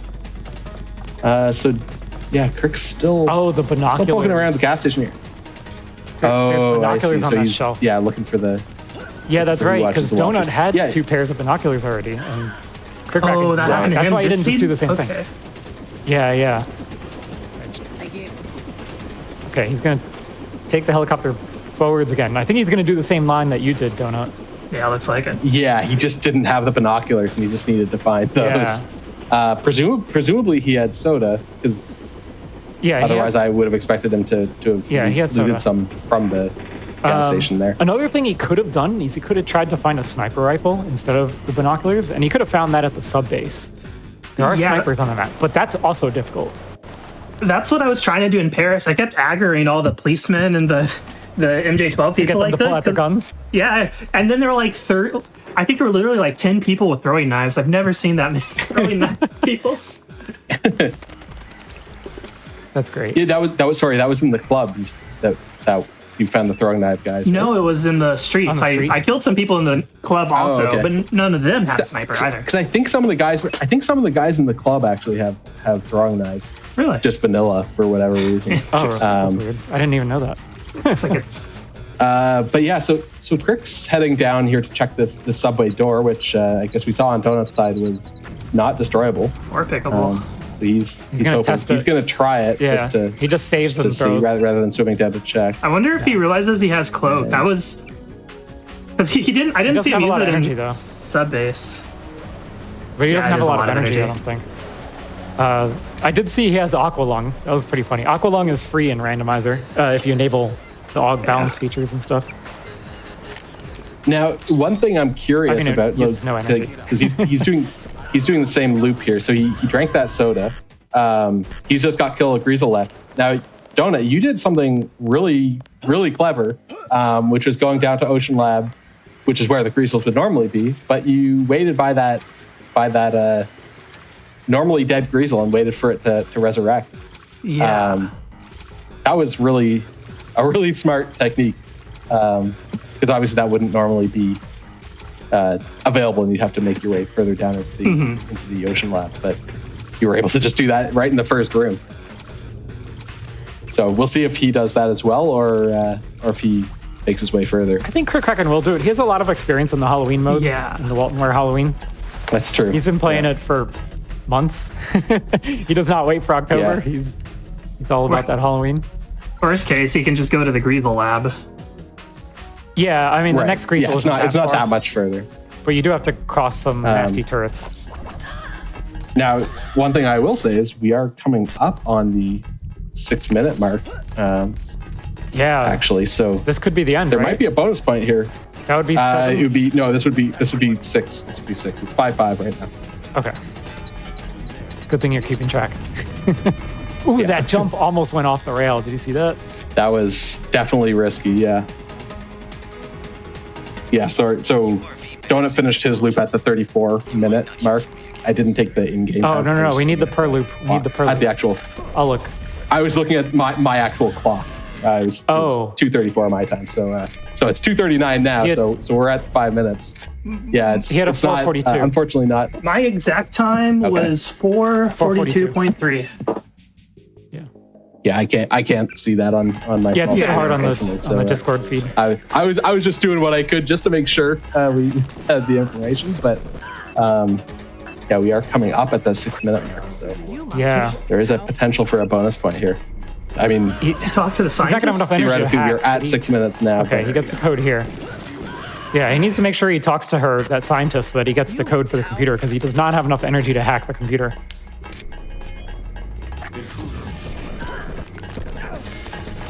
Ooh, that was a good save moment. Oh wow. Oh no, that jump didn't go well. That jump. He's trying to jump to avoid some of these attacks coming in. This plasma is deadly. Yeah, looks like he has a PS40. Yeah, he must. Yeah, I think it might be a PS40. Oh yeah, you're right. You're right. Okay, he doesn't make it over here, which... Okay, he dodges the PS40. I think he's relatively safe. Yeah. Good, he has the code. Yeah, he does have the password. Well, I'm surprised he didn't save. Oh, he's using the wrong bit. Yeah, I think he's... he's panicking. Yeah, he's panicking a little bit. Okay, so I'm pretty sure we've crossed the 6-minute mark now. Yeah. I can't tell by the in-game timers, but I believe Donut gets a bonus point there now. Okay, so he's waiting for the Greasel. Same to me. Yeah. And Greasel. Okay. GG. And there it is. Welcome, Crick. Yeah. So Donut did get a bonus point on that one also. He managed to get through that a little faster. Figured I so stumbled on that one pretty hard. I kept messing up. Yeah, it happens. Yeah, you kept going back to gas station and. Well, I thought I had I had the binoculars. Like, yeah, I was just a mess. That run was a mess. All right, 6-5. So we're getting close to the end of our time, anyways. So seems like it might be. Yeah. Seems like this might be it. Okay. Next loop could be it, or we could bring it even closer. So yeah, let's get into the intro and get ready for the next loop. Okay, I'm ready. To FEMA should be finalized within I'm ready. I've already discussed the matter with the Senate. Both ready? Ready. Okay. Take it he was a 3, 2, 1, go. I'm just waiting. Okay. All right. All right. Mission 4, UNATCO HQ. Okay. So let's look at this board. Well, they don't want to send the NSF signal. That's pretty far. Yeah, that's like halfway into the mission, and yeah, it requires you to go several maps. Column 2? Definitely. If they have... So Crick-Kraken has a lamb, so he could do column 2, right? He just needs to make sure he uses someone who's actually mortal, because there's a lot of invincible characters on this map. Put a flag in Manderley's bathroom, maybe just because it was there. Yeah, that's a pretty common one to just do. Donuts just had the conversation with Walton Symes and emptied out the vending machine. So yeah, looks like he's doing column 2 for sure. You just got to find some alcohol, which he might have on hand. Yeah, he might already have alcohol. As any good office worker would. Yeah. And then he's got to just find someone to blow up. Now it looks like Crick might be doing column 5, the far right column. Take down JoJo? I mean, that's not destroyed a flask. So he's just got to make his way to. Did he talk to Manderley? Back to the Hell's Kitchen, back to the Taunt. Yeah, he did. He did the flag. That's right. Yeah. Okay, so they're both going back. Looks like both are leaving. Donut's got to blow someone up. Crick's got to take down JoJo in the hotel. So I think Donut's probably got this one. If he has an explosive, he might not. I didn't see. Oh, that's true. I don't know. Because he doesn't need to. He can just blow anyone up. Yeah. Crick has to actually kill JoJo specifically. Yeah, which is not far, but still. Oh, he has a lamp. He does have a lamp. He's gonna try to do it from the roof. He's gonna do it from here. How greedy. Oh, he threw it too far. He wildly overshot.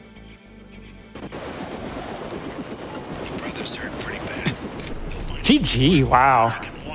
That's it. That's 7-5. And that's it. That is 7-5. Hello, Donut. Oh, GG. Wow. You just got your 7th point. Yeah. You are the rooftop victor. throw. None of your. One of them. Yeah, we're just. I've never done that throw. You weren't far, or rather, yeah, that was certainly a bold choice to go from the top of the building. Crick went for the far right column, so he has to take down. He has to take down Jojo. Not much harder of a line, really, but yours ultimately meant that you were able to just blow anyone up.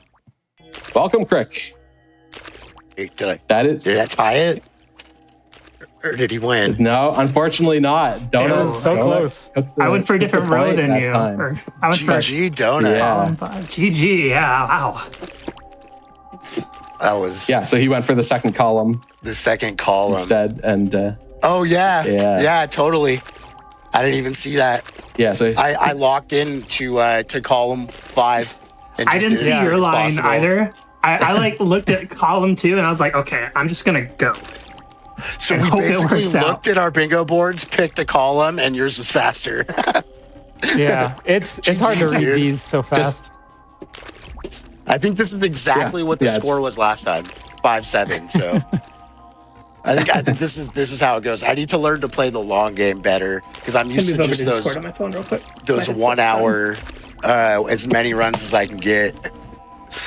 But man, yeah, it's a very different game going for the long versus the short term. it's a blast though. This new game mode's a lot of fun. Yeah, Or this new race type is a lot of fun. The lockstep. Yeah. yeah. It's not even a different game mode. It's literally just a different scoring system, which is very interesting how it changes the perspective. Absolutely. I like how he got a double point loop and I got a double point loop. Like that was a really close match. Balanced it out. I always like, I love facing off against anybody, but I play the most against Donut. We do weekly races. On average, it's weekly races, and it's always close. And he gives me a run for my money. We started it last month, and right now, including this one, I think we're 2-2 right now. Nice. All right, we're going to take a quick break as we set up for our...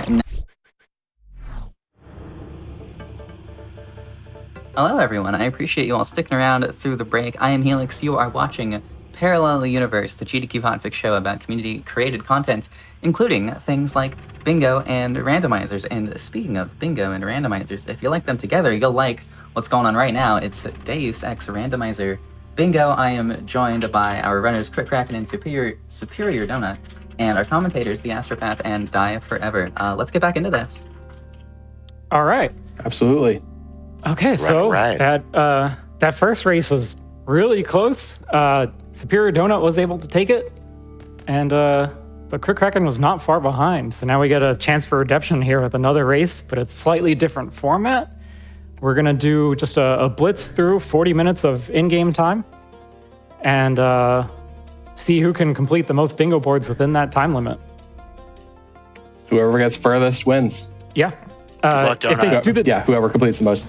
Yeah, whoever completes the most. Whoever completes the most boards. But we also have a tiebreaker. Yes. not furthest through the game. Yeah. We have a tiebreaker for how quickly they achieved the most recent loop that they completed. That might not come into play, but just in case. Right. All right. Okay. All right. So I think we're probably ready to go. Yeah. I think we've got everything. Okay, I'm watching the intro. I'm in the intro. I'm in intro. 40 minutes. Yep, 40 minutes of in-game time. All right. And I guess I'll do the countdown since you guys can hear me now. Yeah. Okay. 3, 2, 1, go. The others may. All right. So this is still Waltonware mode.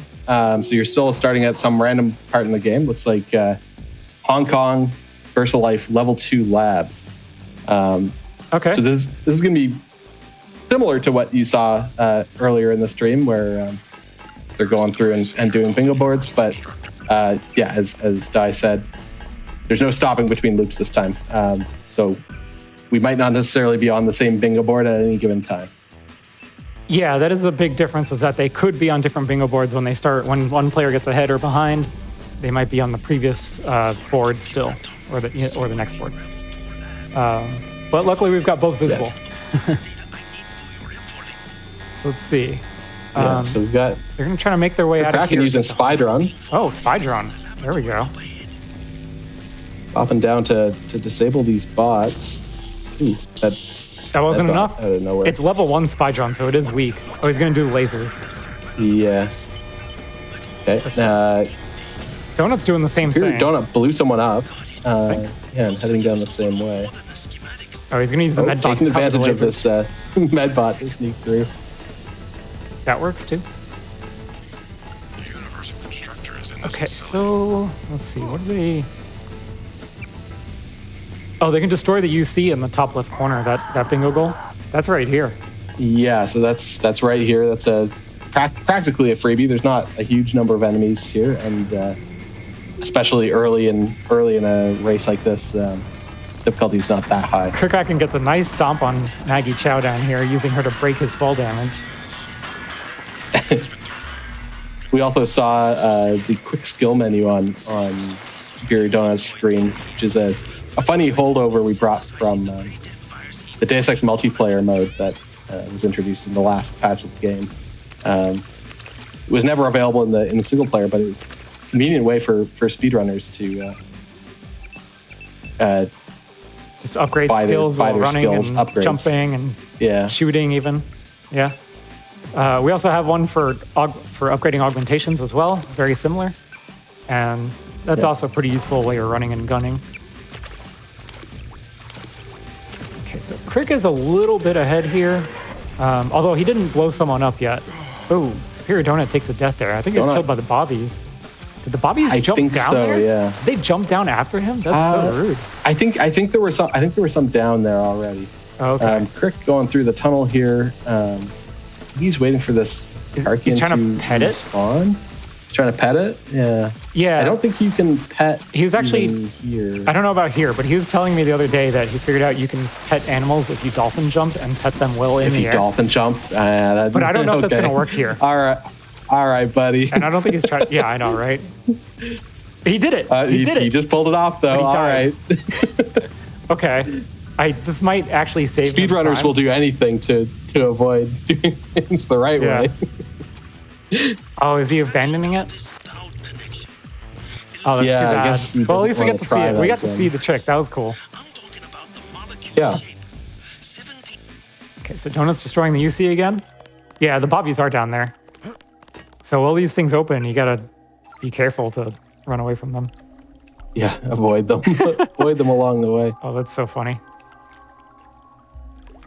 Now, that destroying the UC is almost a free one in this case, because they well, I guess you don't necessarily, but sort of need to do that to get out of Yeah, the alternative would be backtracking. Backtracking into the level 1 labs, but they would be hostile at this point. That's a bit harder, generally. Kirkraken does destroy a buoy, so is he going for that top row? He's got to find a book, though. Finding Jacob's Shadow. I think that might be in the... I didn't see what that said, but... yeah, he was double-checking what kicking around somewhere. So there are hints for... All this bingo is integrated into the actual game itself. So there are hints built into the game that tell you... or it can give you some guidance, at least. Not necessarily tell you where things are. But, it's at least give you a vague pointer. Yeah, it's very much integrated. He didn't even have to alt-tab to look at that. And the tracking is all done internally in the game, too. None of us are clicking things to... I mean, how would we even fill out these boards at this rate, the speed that Waltonware moves at? It would be crazy. So yeah, everything's all automatic. Very cool. If I do say so myself. Kind of the most overkill option, but it makes for a really slick... It lets us do crazy bingo goals that normally would be very difficult to track manually. And also no one would be tracking drink 100 sodas. Yeah, like a full game bingo. But also the the construction of the bingo boards is also integrated in the game, which is a big deal because we can do mutual exclusions. We can do things based on, where you are in the game, based on flags. We can have long-term, like if you play the mean bingo machine game mode, we can ban goals depending on where you've been previously, and the next bingo board might not have a goal that is impossible due to things you did in the past. But yeah. Yeah, Kraken's going into this little secret area because he saw this book here, which I think he was hoping was this Jacob's Shadow. I think he is, in fact, trying to do Jacob's Shadow. He might be. Yeah.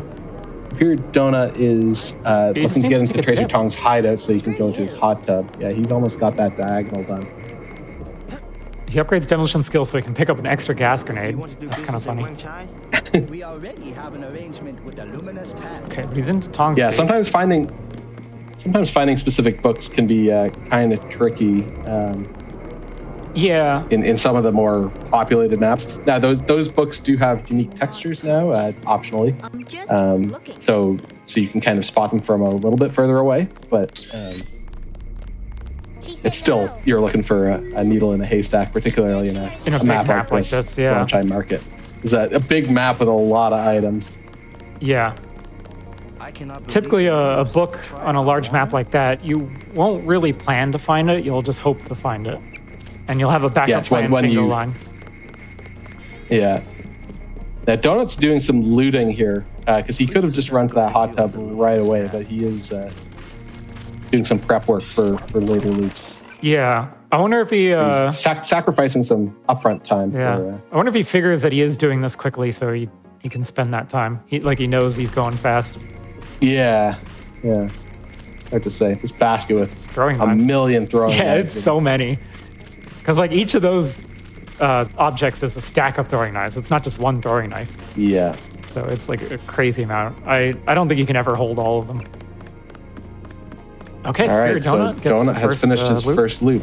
But because this is not lockstep, he is free to just keep going immediately. Yeah. So he's on to a new part of the game. Is he going to skip forward, though? He's also free to sit in the we do use as long as he wants. Okay, he knows to move ahead facts. We are using in-game time, so technically it doesn't matter how long he spends in the credits and the intro cutscene. True. But for the purpose of the schedule, we're hoping they skip through them. We can tell them if they don't. Right, so he's into Paris, but yeah. Okay, so Paris is pretty interesting. Paris can be tough because it's kind of a wide mission. Like, it's getting to the start or the end of Paris can take a long time because you have to go through every map. It's not. Yeah. It's not like a hub, really. Yeah, it's a very linear map versus something like New York, which is hub and spoke with the streets in the middle and then a bunch of little maps popping off the sides of that. Yeah, and Paris only really has the streets with the bar map as a hub and spoke. Pretty lady, huh? Right. And everything else is a pretty linear flow. So what is Kraken trying to do right now? Is he still, he hasn't changed his goal as far as or what line he's aiming for as far as I can tell. Yeah. And he chose not to go into Tong's hot tub or anything. Yeah, I don't think he spots that diagonal. Finding a repair bot is nice because your energy carries over to the next loop. Right. Donut's having a bit of a time with these bobbies in the club. Yeah, trying to buy stuff from this guy while bobbies are slashing at you is pretty tough. But he wants this biocell without taking damage, ideally. Yeah, ideally. So if you take damage, this guy's going to get spooked. There he goes. Yeah, there he goes. Yeah, he's going to kill him out of anger. Not going to want to talk to you. I don't even think he has items. Yeah. Oh, he's on the goal. Okay, he's a big goal. Interesting. Okay, so he's got something, maybe. Yeah, he's got it. He's just kind of going mad with power here. I think he's hoping to find Nicolette up here. See if she's here and get access to the chateau and the cathedral after that. Yeah, maybe. But what line might he be going for? I mean, that middle column, I don't think is too bad. There's the armor glass? here. I don't know if he has non-lethal weapons, though. trying to remember where that breaking glass is at the emergency cafe. glass is. The cafe has one. Oh, that's right. Yeah, you're right. So that's not too far away either. Oh, and so, the bakery, I think. I think both have one. Yeah, you're right. So he just needs to find some ballistic armor and then knock out a trooper. I don't know if he has anything to knock out a trooper, though. Yeah. I don't know if he has a non-lethal weapon. He doesn't have one on his belt. Maybe that's why he's killing these people, is to see what weapons they have. Especially because sometimes they have two weapons. Crick's gone into Jock's apartment and he's used his toilet. So he might be going for one of the... I'm not sure if he's going for the left column or the bottom row. Or I guess maybe even the diagonal, but those other two seem more plausible. Yeah. Well, actually, releasing the gas is not that hard in Heli Base because you can go back. You don't even really need to face any enemies to do it. Going backwards, you know? Yeah. So chat just pointed out that there was a Dragon 2 sword on Jock's bed. Yeah. The Dragon 2 sword is one of the randomized goals. Normally it'd be in the back of Maggie's apartment, but it gets randomized to a couple possible locations around Hong Kong, with one of those possible options being Jock's apartment. I think that was a Jacob's Shadow. Just for, I think it was too. It was red, right? Oh, actually, no. I think it was red, though. That's the other one. That's it was Thursday. It's Thursday, But yeah, the Dragon 2 sword gets randomized, so you have to find that before you can talk to Max Chen in the club or progress that quest line. Yeah, except in this case, we already started after that. It was a Verse-Life 2. Exactly. So, but it's still nice to have a Dragon's 2 sword. Unless you got the one from Maggie Chow, which is also possible. I think you might have grabbed that earlier. I think that is where you got it. Yeah. Okay, so what is Donut planning to do here? Because I don't think he has a non-lethal weapon. He finds armor. He could be poking around to try and find one. Now he might be scouting. So Crick's going into the sunken area. Oh yeah, okay. And I didn't see him kill a capitalist, but he did, and so that bottom row must be where he's going for. He's going down to the flooded section of the tunnels where there was an explosion in the tunnels, and a researcher carrying Karkian eggs was caught in the carnage. Did anybody else hear something? So those Karkians have grown up and they're being problematic down here. Living down here, but good for Bingo. There you go, Kirk Hackett. And he's done. Okay, so now he's going on to catch to up Paris now himself. Now, curious to see if they do a different line, or maybe Crick already has non-lethal weapons and you can do this more quickly.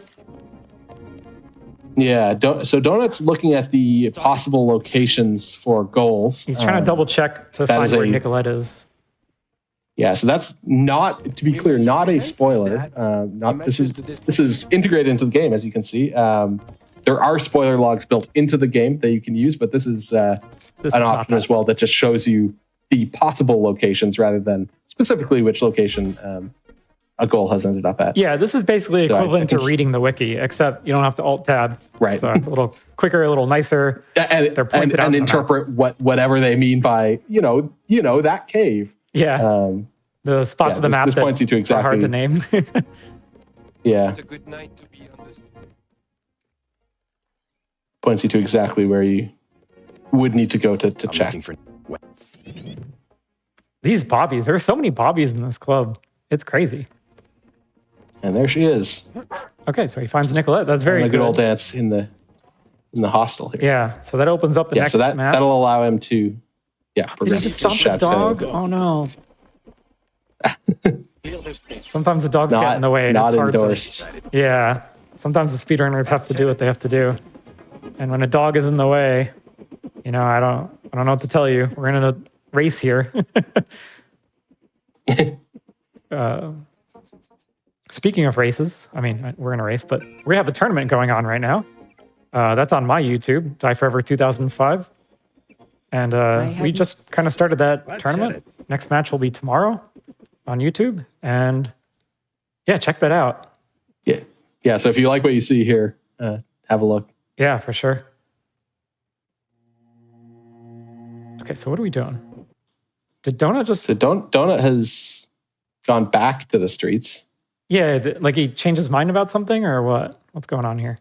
Yeah, maybe he missed a goal. Oh, he's going to stomp someone. I think that was a goal on his board. There's no one to stomp in Chateau. Okay, so he changed his... Yeah. Well, I guess maybe not changed his mind, but what he's happened doing the horizontal...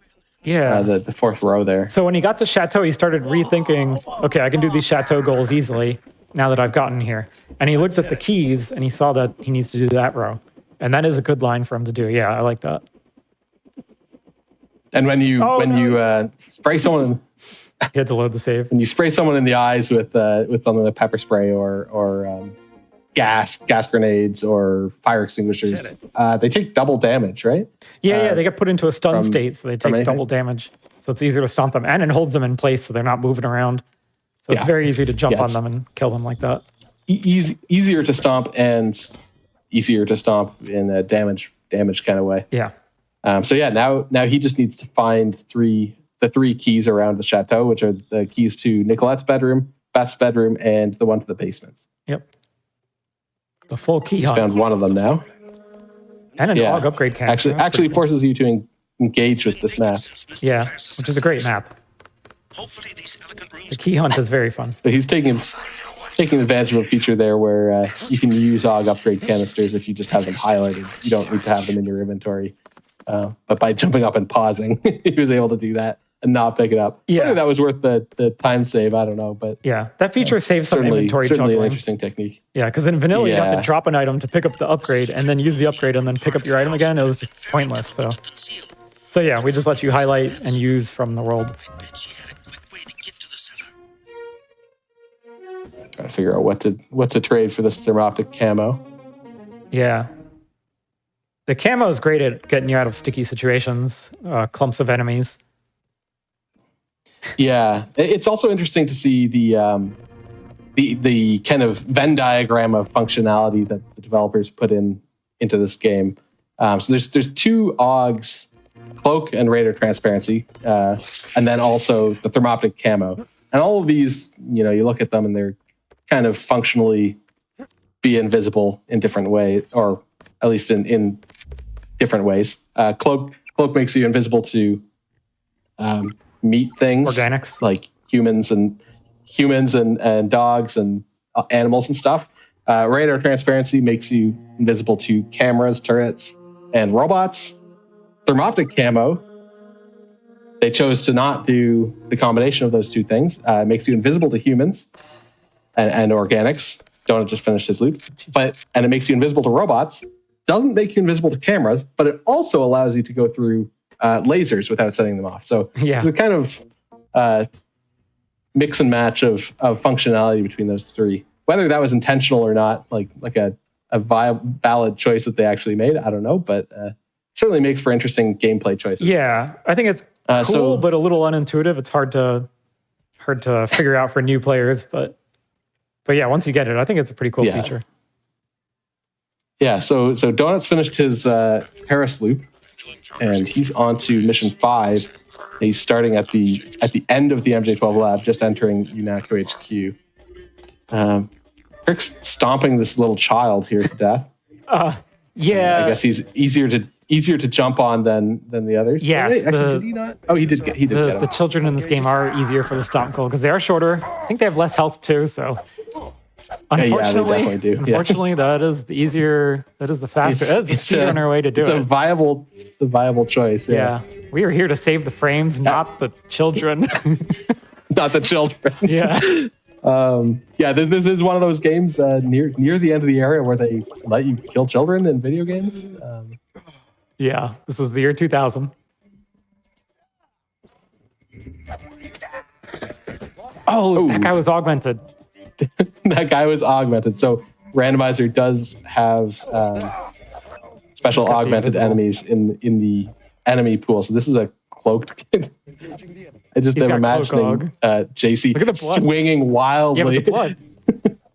Yeah, giving him away. But yeah, the augmented troopers that are UNATCO and MJ12 do have bombs implanted in them like the other mech AUGs. So they blow up. If you find any NSF AUG characters, they don't plant bombs in their mechs, NSF is not quite as cruel. explode. They don't put bombs inside their agents. Also, their agents are volunteers, right? So I don't think that would go too well. That wouldn't be too popular a choice. But I mean, it also helps the difficulty scaling of the game. Like early game enemies, Yes. they don't self-destruct, and the later game augmented enemies, they will self-destruct. So it makes sense. Yeah, it's lore, and that's a fun effect. So what we just saw there was with the lights darkening on Donut's stream was this injured Bobby going to possess another unpossessed living doll. Yeah, an unpossessed doll. Yeah, when you weaken them, they run away and they find another doll to possess so that they can refill their health. And when they do that, the lights turn out and there's like a glow effect and whatever. It's pretty cool. I don't think we're going to see them looking at it happen, but at least you see the darkness as an indicator. There's one. So Crick's about to finish his bingo. Go ahead. I want to just really quick give a reminder to those of you watching that we did have a whole other round of bingo right before this. If you missed it, you'll be able to catch it on our YouTube channel, youtube.com/gamesdonequick, along with all of our other past Hotfix shows, special events, and GDQ marathons. Those of you watching this on YouTube, thank you. Don't forget to like the video, subscribe, and turn on notifications to stay up to date with GDQ. Yeah, and if you missed that, it was a good one. So yeah, we'll try not to spoil it, but yeah, great race. Yeah, definitely give it a watch. Okay, so Crick does finish Paris. Very good. He should be coming up here in UNACO as well. Same map as Donut. So yeah, we're staying pretty close still. Yeah, Donut does have a little bit of a lead though. Yes. He hasn't finished any goals yet in UNACO, but he's been here for a while. So yeah, clearing out the map helps it. He's gives you the mobility clearing the place out. Yeah, it gives you the mobility to start choosing goals and completing them quickly. He's destroying some bodies to make sure they don't come back as zombies, especially if you want to do looting that time. Sometimes the zombies do pop up behind you and start snacking you in the back. Oh, these are real bobbies. I think he thought they were fake bobbies at first, and that's kind of like why we made them like that. One of them wasn't moving. Yeah. Yeah. So they try to trick you. They'll stand there and wait for you to turn your back, and then they attack you. Unless you attack them first, of course. Yeah.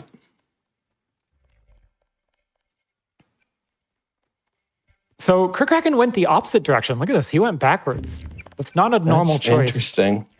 Yeah, because this is, well, I don't know. So he's using camo to do it. Yeah, this is definitely a harder section of the mission. Yeah, but he wanted to do it to get the dog. TNT with him. He did it to pet the dog and the scientist as well. Both of those actually. Yeah, and I guess now that he's done that, those dogs are. Well, I guess they're not guaranteed near the start, but there's two of them on the map, so you'll find them. Yeah, the enemies get shuffled, but when there's two dogs on the map, usually you'll find one in one of the edges of the map, the easier part of the map to get to. There's a few enemies there that can be a dog. Yeah. Now, so he doesn't need to do much here because there's a flask in Jaime's office, which is right where we were. I think he's just kind of clearing out the adjacent area. Does he have two binoculars though? I don't know. He's not going to Jaime's lab. I'm guessing not, based on the fact that he's not doing that. Oh, he does have two binoculars. Oh yeah, he does. He does. So yeah, I'm not sure exactly. Is he just looting? He might just be looting. That's possible. Yeah. Getting some. He's gonna talk to Walt. Okay, he's gonna kill Manderley and talk to Walt. That's pretty good too, actually. Yeah. Nice law shot. Donut did finish his loop. Yeah. All right. I didn't see exactly what I'm gonna check Mastodon. Went for there. Yeah, you go ahead. I'm gonna check Mastodon. Yeah. So he did heading towards. Yeah. So he did phone call, flare, Walton Simons, and armor. So he did the diagonal. Interesting. And Crick finished and barely Crick's behind. Yeah, so he's catching up again. Now, as we have seen before, Donut does often play pretty carefully, so he often is a bit more prepared for later loops. That being said, given that we literally just had a race and Crick did acknowledge that exact behavior, he may himself be trying to play a little more carefully, and that might be why he's got himself a little bit behind at the start here. So he might be taking his own advice. Now, Donut is he just has to kill a rat. Blasting through this line. Yeah, what a fast which is here. pretty easy. Yeah, New York has rats everywhere, if you don't know. Yeah. Now, okay, is he? Yeah, okay. So looks like Crick's doing the same line. Yeah. I think Donut wants to get camo. Yeah, that makes sense. Latest news, your brother's team hit some resistance, so they're going to be delayed while we bring in chopper support. Okay, Donut finds the camo. He might just leave here now, just because that's probably the big thing you want. Crick's going to... Yeah, okay, Crick was just finding this rat, and then he's just got to get some alcohol, which he has on him, so he's just going to drink that, and he's done his loop. Oh, wow, Crick took the lead. So he's finished 4 loops now. Donut's done 3. I was a little surprised there, actually, that Crick didn't go into the bar and stock up on beers, given that looked like the last one he had. Yeah. You know, Donut okay, catches hold up. on. We're going back. Crick loaded backwards. Okay, what is he doing? He loaded back. So he still needs to kill a rat again. He might be going back for the camo. Yeah, so Donut finished his, and he's onto Ocean Lab. Yeah. He's going down into Smuggler. So look at that. Crick rethought it and decided to do the same thing that Donut wanted to do. So basically acknowledging that this is probably the correct play here, even though it's slightly slower. They really want that camo. Yeah, he recognized that he left some good items behind and went back. Yeah. Loaded an old save. Yeah, he's doing a bit of looting here. So he's drinking that, and then he just needs to... get this rat here. Just step on it. Oh, yeah, and it's just convenient rats. All right, so he's back, and I mean, Donut's taking time to read his board, but... Yeah. Donut's not going back as well, is he? No, okay. Saw him loading a save. I was like, oh my god, what is going on here? Yeah, and someone in chat actually mentioned the potential for metagaming the objectives once you've seen them, and that's actually very, very. I don't know if that's the case here, but there's ballistic armor. Especially doing something like if you saw soda on this board, and you didn't have soda in your inventory, there is 1 can of soda in this entire mission, in the entire Ocean Lab. Yeah. So if you were just in New York, it would 100% make sense to metagame that, load an old save, go empty a vending machine, and do that. It's going to be 100 times faster than trying to find the 1 can of soda that's in this entire map. Yeah, we do see it happen sometimes. We've also seen the hunt for the 1 can of soda, and it's been pretty painful. Yeah, we've seen that before. Okay, so... We are coming up on 30 minutes real time as well, so... Starting to reach the end of our allotted time here. Another 10 minutes. RTA at least. I know this is technically 40 minutes IGT. Yeah, I think we're just coming up on 27-ish minutes in-game, yes. Okay, yeah, at least more like 12, 13 minutes to go. Cool. Yeah. So Donut, did you just upgrade hacking, I think? He's hacking this computer. Yeah, I think so. I guess he just wants... Oh, he wants to swim out. Okay, maybe he's going to gas station? Yeah, gas station does have supplies for a lot of goals, so it's often a good place to go do some things.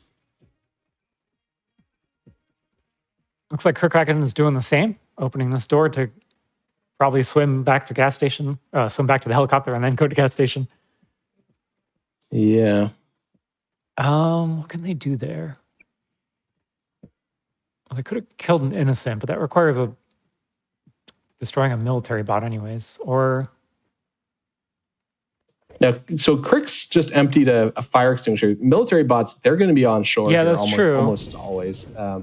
And then he just needs to watch a dog. And there are dogs in ocean. Okay. So Kirkraken just ran into a bug in the game. A bad polygon. There's a hole in the map there. And yeah. If you fall into if you happen to go into that little particular spot, you you just die. It's the Bermuda Triangle. But yeah, so bad polygon. Yeah, so looks like Donut is doing that column. So he's destroyed a military body, used his fire extinguisher. He's just going back to watch the gas station to watch a dog. Yeah, that should be pretty quick. Yeah, dogs are really easy to find on this map. Should be quick. Someone's there. Unless they're both inside with Tiffany. I think case it'll be a little annoying. Possible, but not too likely. It is possible. It's just unlikely. Yeah. There we go. He spotted it. Dog acquired. Spotted the dog. Okay. I don't think Crickraken's too far behind. The 5th loop completed for Donut. Yeah, I mean, Crick definitely had this line in mind. He had to do that reload. He has to improvise because he only has one lamb. Yeah. Actually pull this off. He got it, though. So we know he has the fire extinguisher. So he just needs to do effectively the same thing. Yeah. Yeah. And Donut is here in Area 51. So this could be a very difficult one. Yeah, this one could take a while. It also could be just extremely fast. We have seen some quick Area 51s, yeah. What the board has generated. Hack and alarm panel is kind of nearby, but there's a lot of enemies guarding it. Is that Killer Gray? User rebreather, Killer Karkian. If he has a rebreather, which is kind of a long shot, that row would be pretty good. Yeah. Ooh. Yes. Yeah, so doing a little. He just okay. Mr. H just punted a Bobby there. Now Crick looted that pair of binoculars. Was that a second pair? I think it was. I think I saw a second one. So I think he was just prepping that for just in case. Prepping that for future loops, just in case. Yeah. And he can't actually see that the next map is Area 51, so he might be preparing for just a difficult seed in general. Yeah. Yeah, hoping for some of the easier goals like that one. Or easier if you have the equipment. Right. All right, let's take a closer look at what's on this particular board. I think right column could work, because there's plenty of spider bots. Yeah, there's plenty of spider bots. Close on a close rack. You have to go back to the... Okay, so Donut just hacked that alarm panel. Yeah, the clothes rack is added, and that's in the little barracks area that's in the previous map. What was that? I was swimming. Okay, so yeah, so he's done that one as well. That might have just been a coincidence. Looks like. Oh, sorry, no, Kraken loaded back, I guess. Okay, I didn't see why. Maybe he's picking up a different item. He might be metagaming. Yeah, I don't know. Like we were talking about earlier.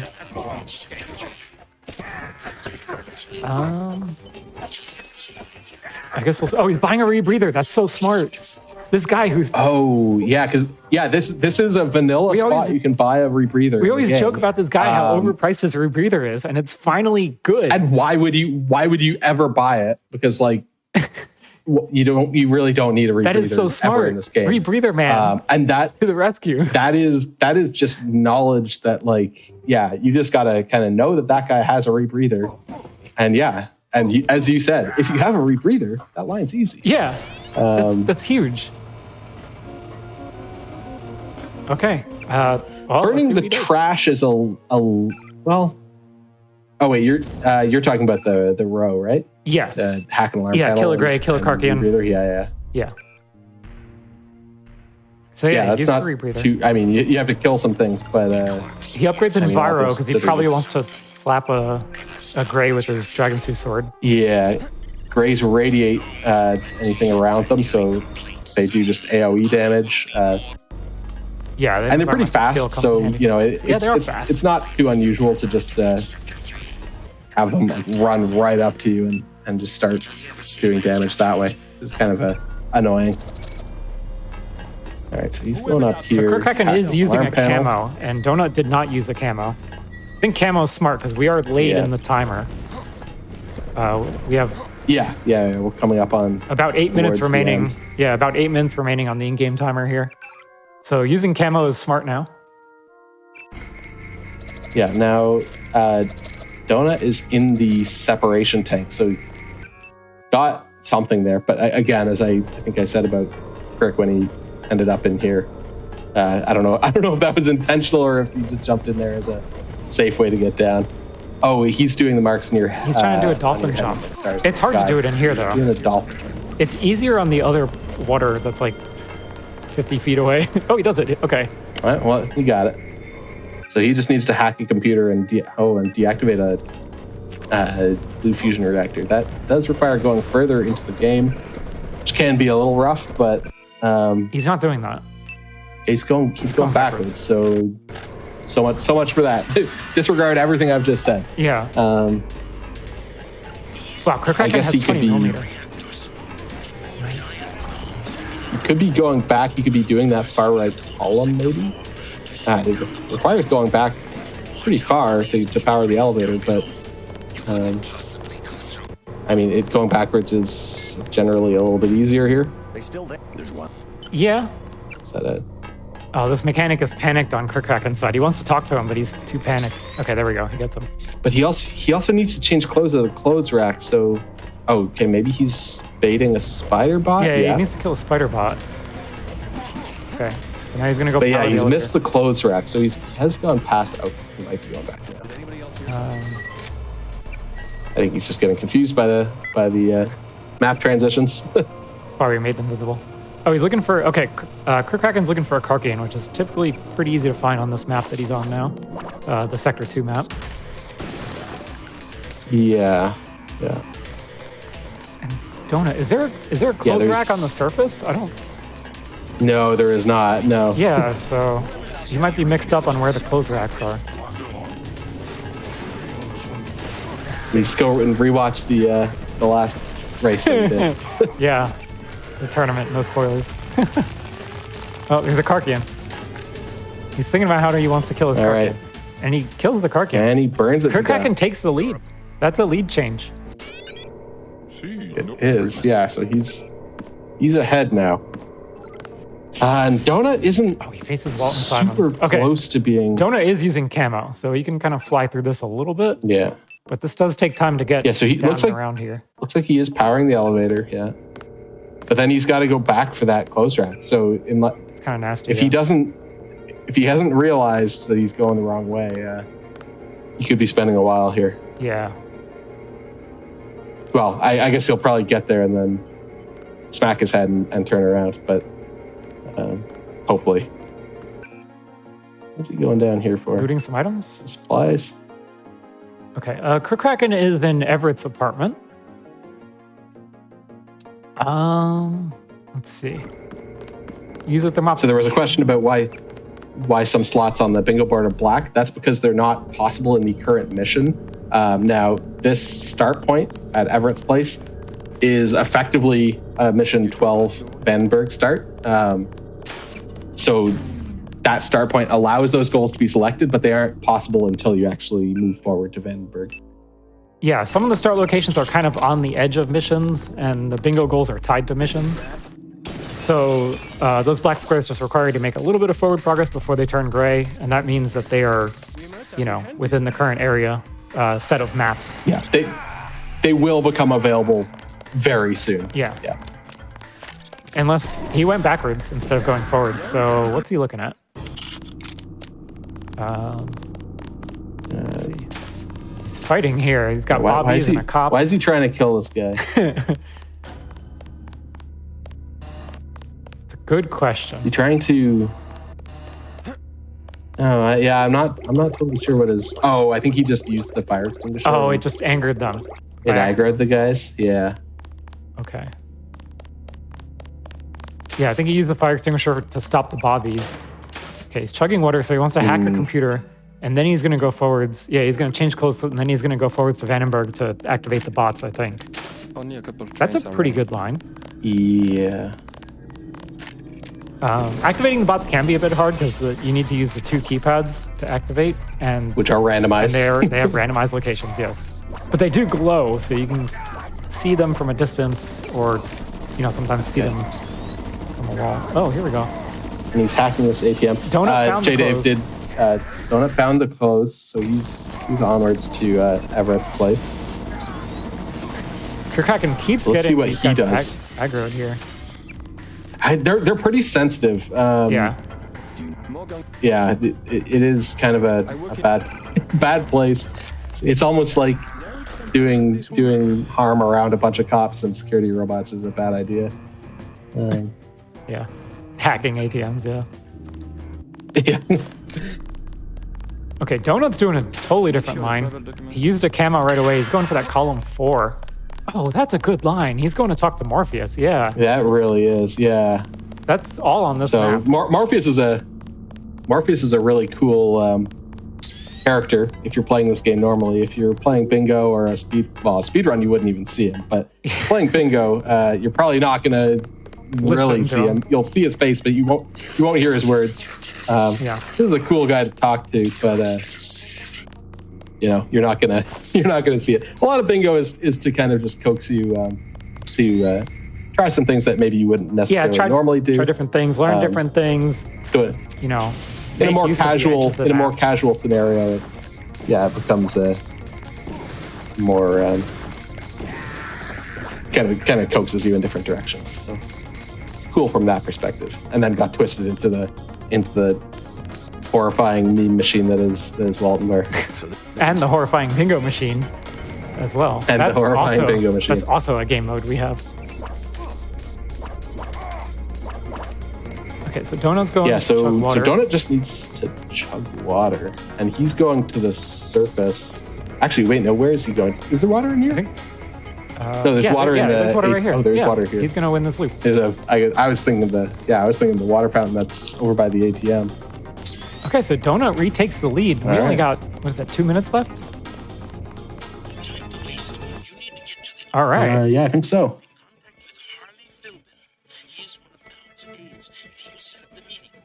All right. Yeah, so we'll see if Crick can do these bots in time. Yeah, that's tough.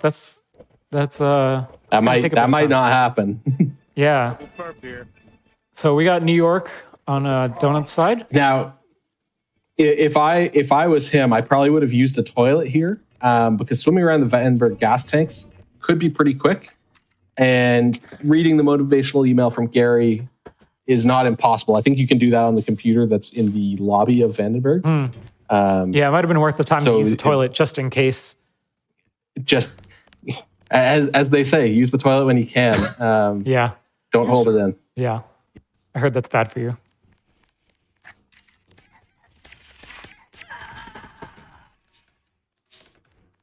Okay, so Donut's doing that row 2, I think. Drinks are free. Wow. Did that. Holy. He just got a 3-in-1 there.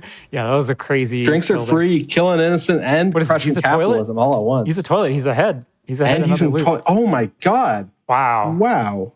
Speeding through that. So he's ahead 2 loops now. And we're about to hit time, actually. We're 5 seconds away. We're about to hit time. We got to check Donuts he's, as well. His in-game timer. He's just gotten some really, really good... what does Donut's timer say? Good loops there. I can't read that at all. Well, let's bring him into voice chat and we'll find out.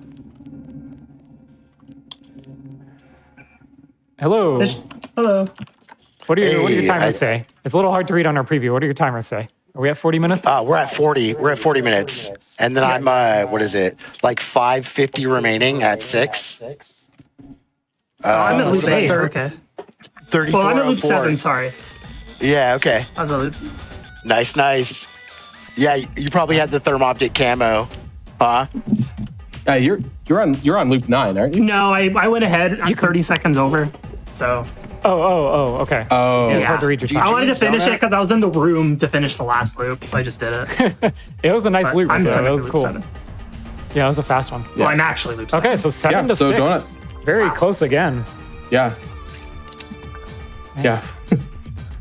That's yeah, I mean, really another good race. That's a lot of loops for just 40 minutes. Yeah, like that's really good.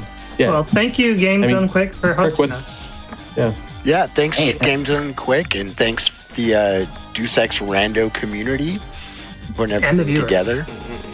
Yeah, I mean, thank you all 4 of you for being on and for helping make this showcase entertaining. Where can everyone find you on the internet and find more Deus Ex Randomizer and bingo stuff? Yeah. The main location for Deus Ex You can find Randomizer it would be at either Crix or modsforever.com. ours YouTube channel, or you can go to modsforever.com. Okay.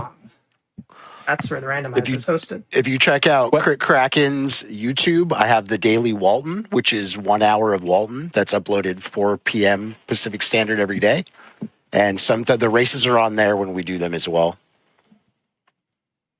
Yeah, and on my YouTube, we got the tournament going on right now, and all sorts of other stuff. My YouTube is Die Forever 2005, and the website for the randomizer and a bunch of other stuff is modsforever.com. Good race. The number Thank you 4, for similar to my name. Giving us the opportunity to do it. I think Donut can't hear you again. I know, I can't hear him at all. Okay. Yeah, and I'm the Astropath on Twitch and YouTube, and yeah. Cool. Hello, everyone. Thank you for sticking around through the break. I'm Helix. You are watching Parallel Universe, the show about community-created content such as fan games, mods, randomizers, things of that nature. I am joined by DJ Smith. Happy birthday, by the way, who will be running Enemy Zero minus easy %. I hope you're doing well. I hope you are having a good birthday, even though it just started. And please tell us what minus easy % is. Hi, I'm Peter Smith. It is 5 a.m. my time. 6 a.m. my time. I've been up so long. Enemy Zero is classic horror game on the Sega Saturn, and then it got a re-release with some easier difficulties. This version. Then it got a PC version, and this is the version we're doing, but not quite. Minus Edition is a fan-made mod I came up with.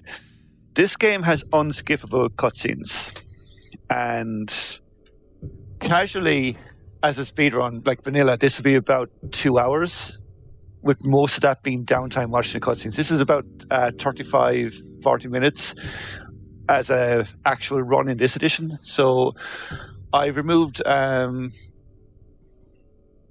lot of the cutscenes wherever possible. I've removed save loads, and there's a voice recorder mechanic where every time you load the game, you get a voice recap.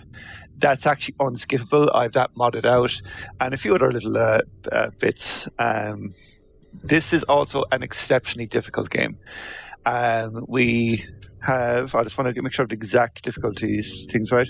So there's easy, normal, and hard, as we'll see here. Well, you only unlock hard mode after finishing the game on normal. Easy mode, we start off with a voice recorder with 99 battery.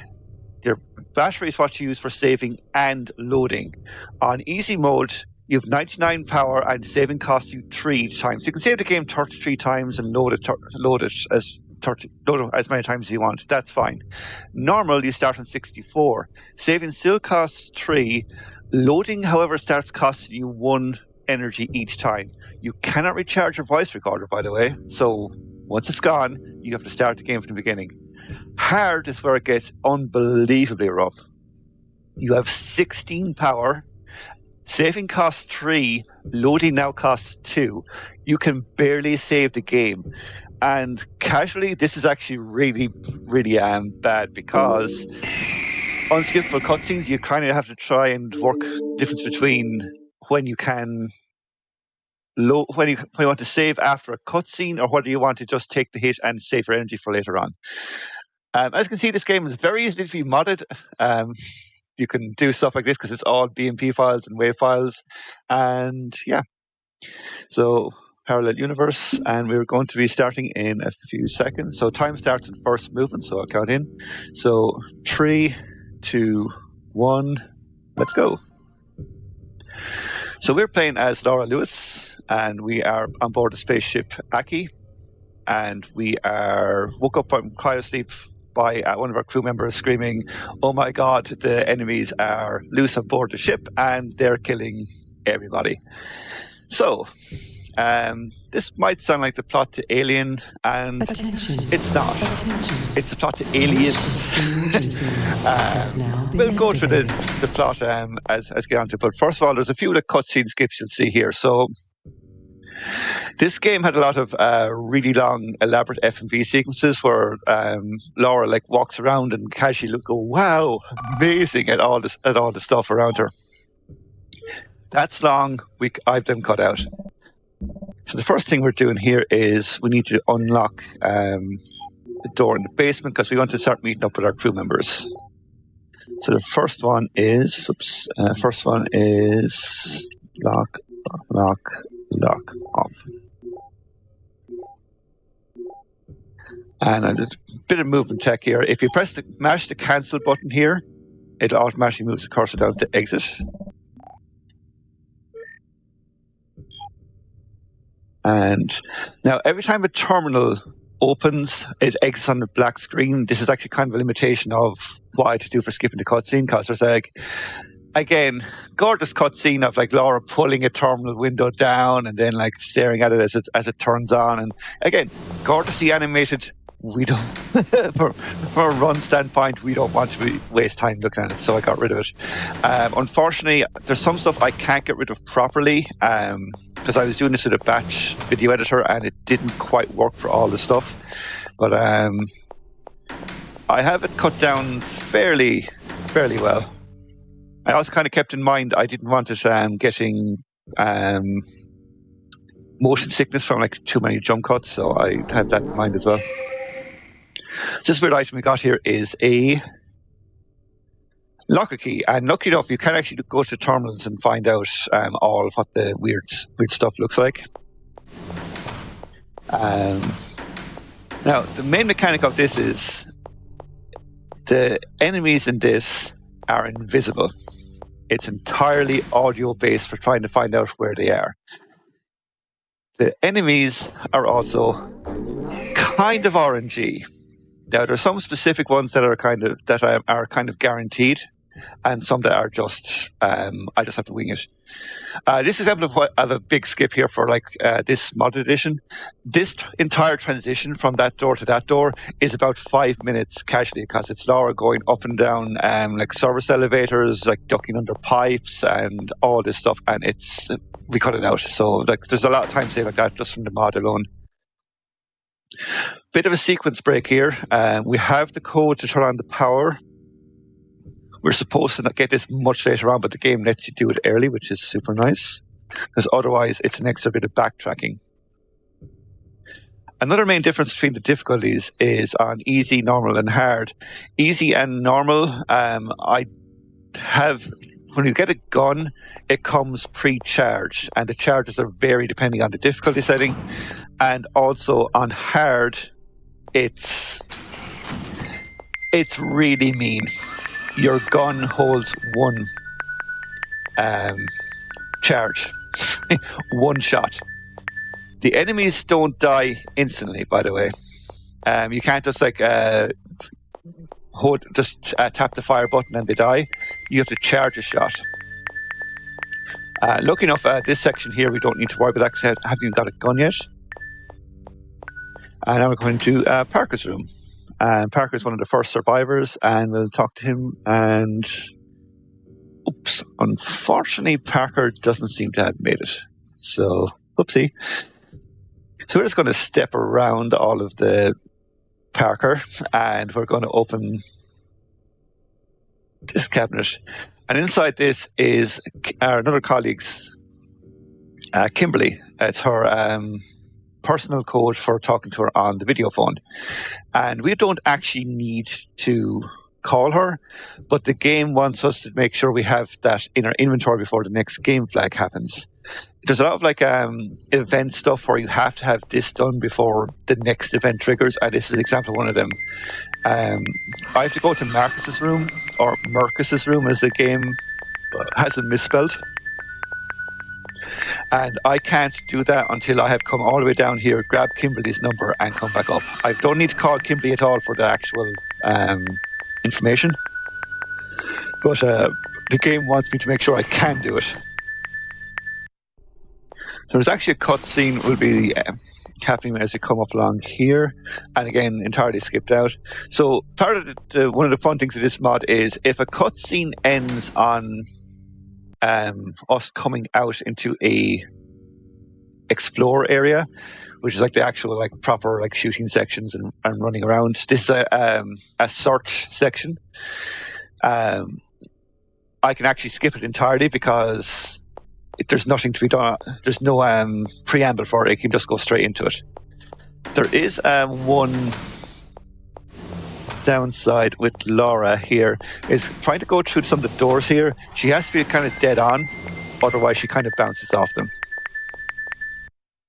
So cutscene triggers there, and it's actually quite a long one, and we entirely skip it there because it's going from explore to explore, so it just a black screen for a single second is fine. So this is Mercus's room. That's Mercus. He didn't make it, so we're now 0 for 2 out of survivors, but we grabbed his biometric keycard, and we're just going to use his biometric keycard here. I will never stop making that joke, and I'll never apologize for it. We grab a gun out of Mercus's room, and I'm going to save on the way out here. I'm playing this on easy mode because hard mode, it's essentially just the same game with extra backtracking. And while, yeah, it's fine to do, but it's just extra. Because even the enemies, I think like 2 maps have 1 extra enemy walking around them. But for actual playing casually or playing as a speedrun, you don't need to worry about them at all. I'm just going to save here just so I don't have to redo all that section again. And now we get to see our first bit of combat, or here rather. So we need to use the audio cues to judge how close an enemy is, and it gets really hectic later on when there's multiple enemies on the screen trying to figure out who is where. But this one is fairly consistent. You run past the first red one, you start charging here, and you wait to the last second, and then you run through all the gore. And now cutscene plays here where we actually lose our gun and we're being chased by an enemy. And this is the only time this mechanic is used. We actually need to look up to enter an event. Laura, can you hear me? It's Kimberly. I'm watching you through the surveillance camera. And now we're in a duct maze. And we need to explore around here. Between the 4th and 5th level. I'm on the 5th level. Explain. You can get here through the emergency hatch. Watch out. The hatch is located on the other side of the tower. By the way, Kimberly has a gun. She could easily come meet us and help us, but she's just staying in her room, and it's like, oh, no, you come to me. Thanks, Kimberly. You're the best. So we're in the library at the moment. So if we use the PC here, turn it on, use the printer here, and now we got a printed keycard, which lets us activate George's locker here. On hard mode, and also if I have to do a walk of shame, I have to go over to the tool room at the other side of this and recharge the gun. I don't want to do that. So I'm going to... let's save. I will. It's marathon.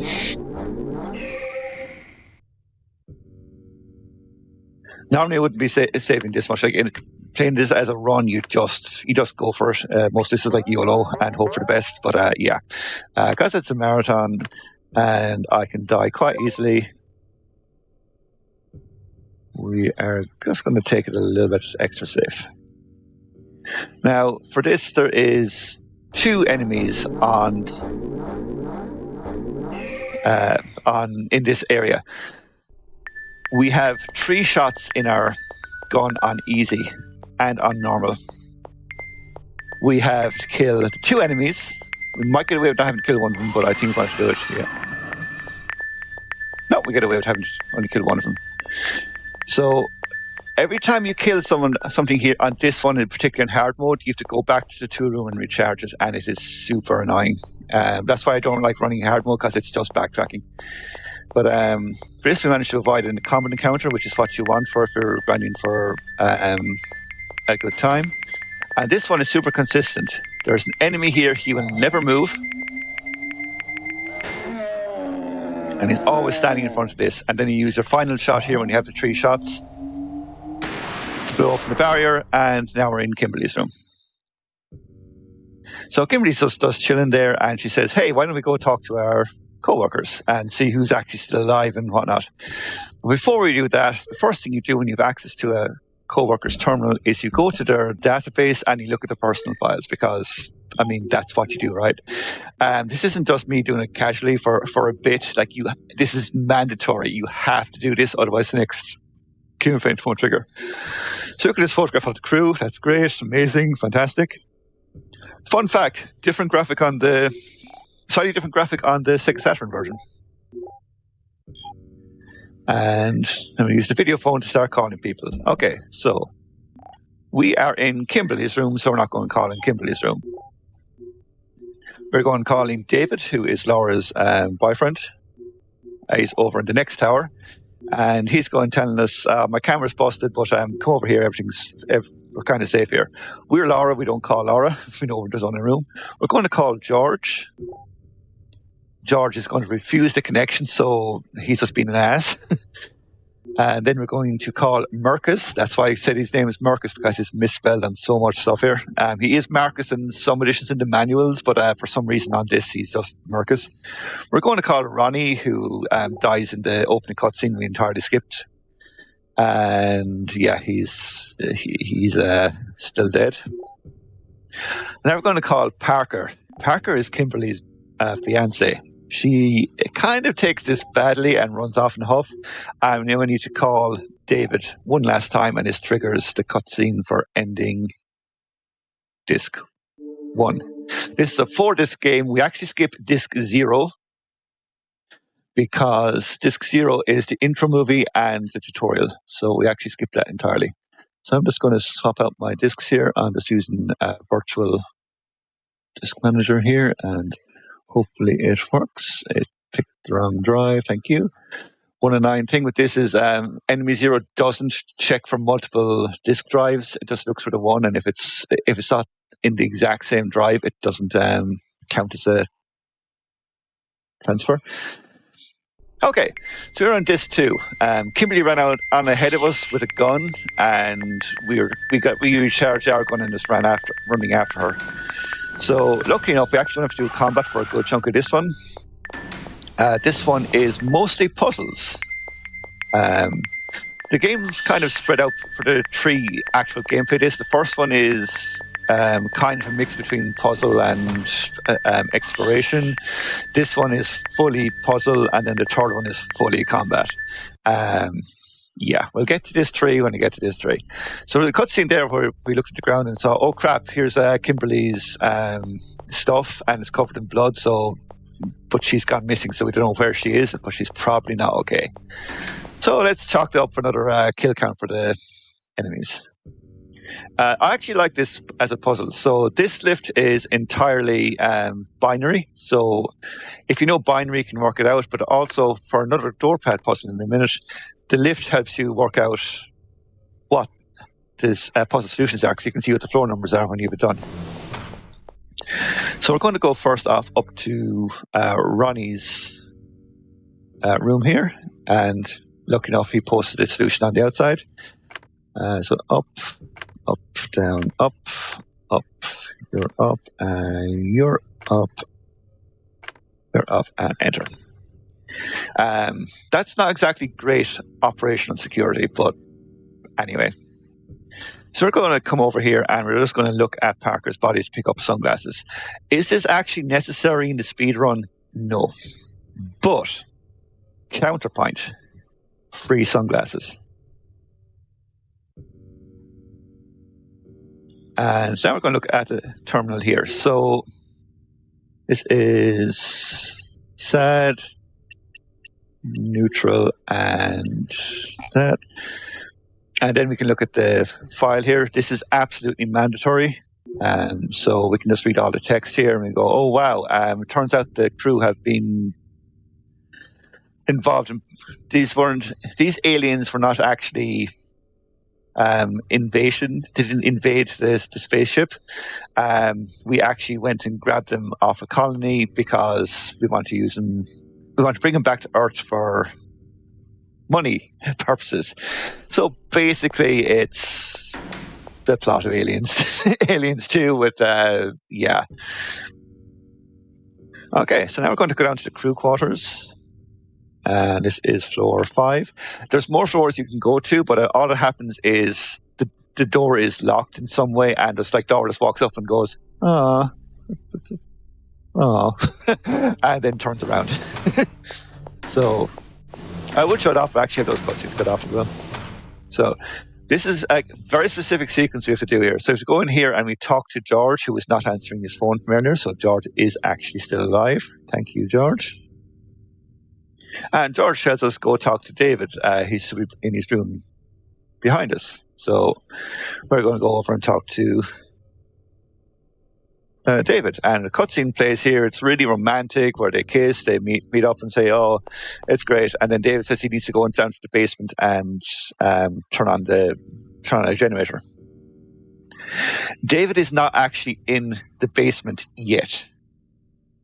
We actually have to do a very silly thing. We have to come in here and we have to look at this picture on David's mantelpiece, and then we go back over one more time and talk to George. David will not be in the basement until this happens. You can go down to the basement, you can go to the door David's supposed to be in, and nothing will happen. He'd have to come all the way back up and try and figure out what to do. The game is kind of bad at signposting stuff like that. So I talked to George one last time. And now David is in the basement. We can go and talk to him. While you're on your way there, I'm going to jump in and shout out Black in a Flash, which is a community that uplifts and connects Black speedrunners of all levels, hosting special events throughout the year to raise money for charity and celebrate Black voices in the speedrunning scene. You can learn more or apply to get involved at gdq.gg/BAF and follow at blackinaflash.bsky.social on Blue Sky for the latest updates. Huge shout out to them. Always got to make sure to mention them because they do incredible work. Thank you. Okay, so I'm going to do a quick safety save here because I have another combat encounter here. If I'm lucky, I can avoid doing any combat here, and that's kind of what you want for doing if you're grinding for record.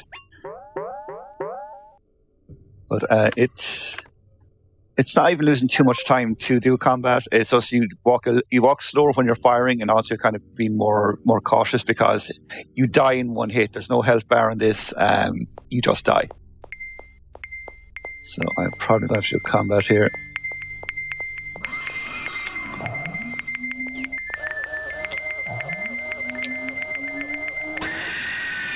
I was a millimeter from death there.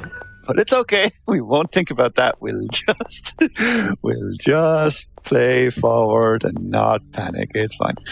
Okay, so this door here would not be open if we hadn't done everything else.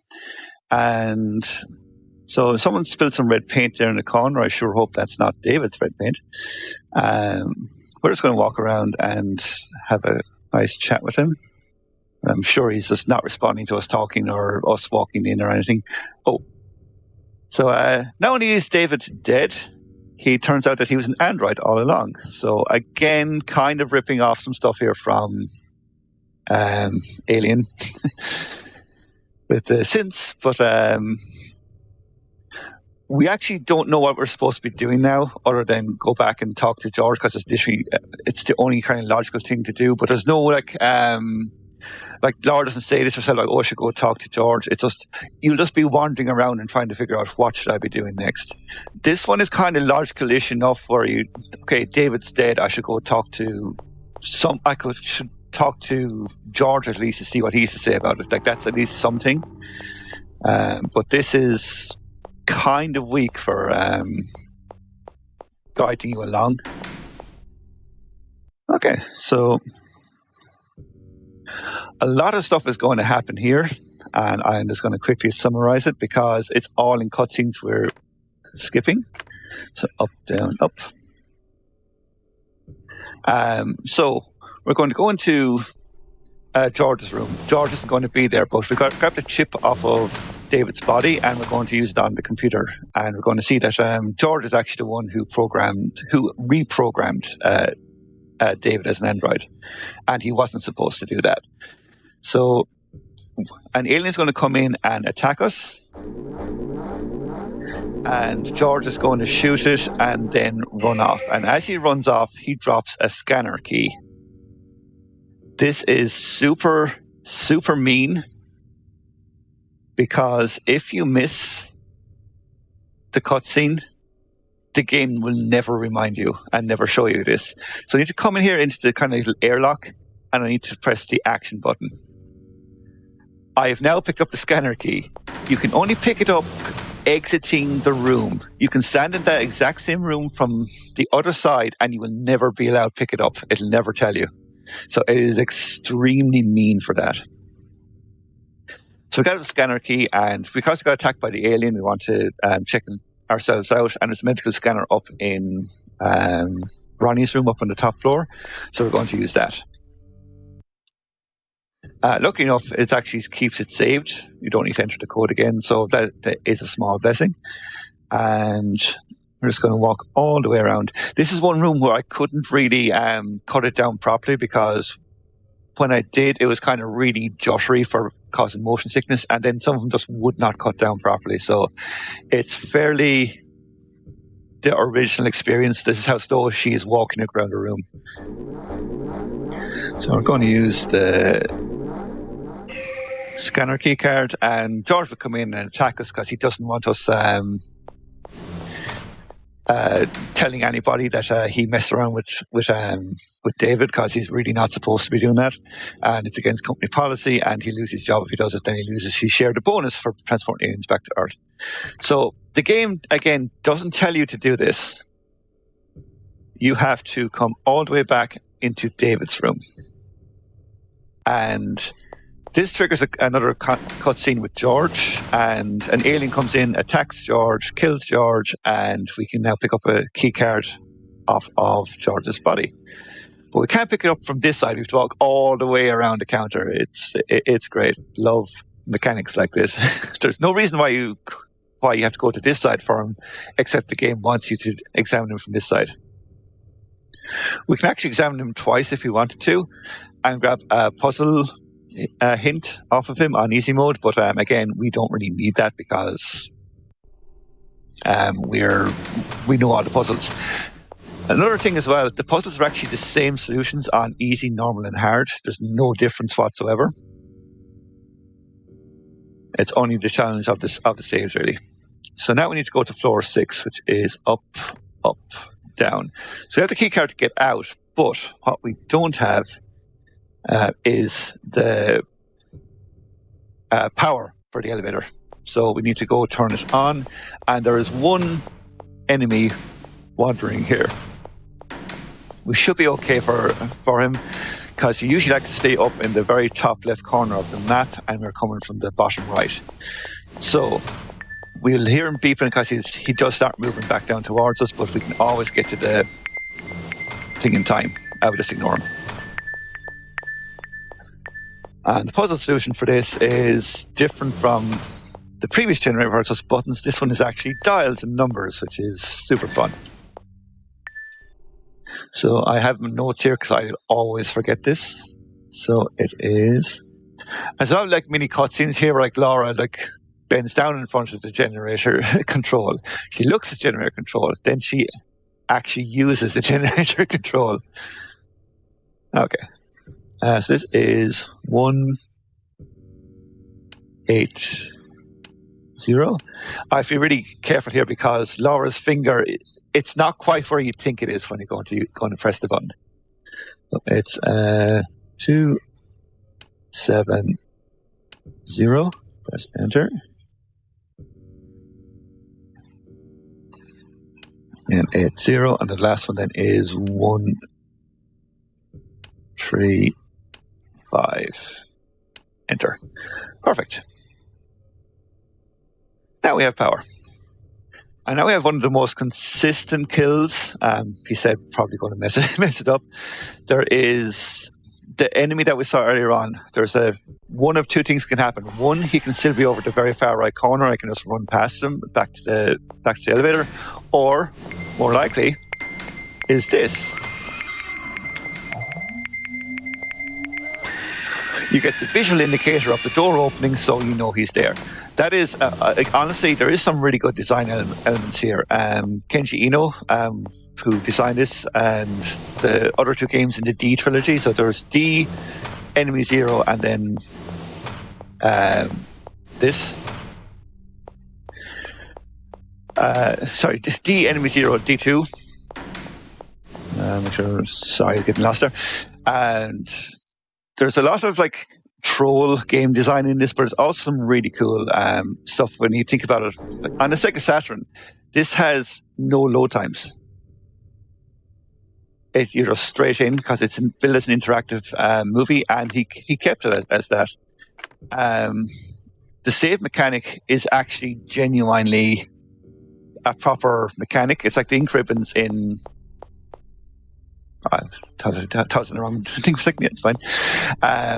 It's like the ink ribbon in a Resident Evil.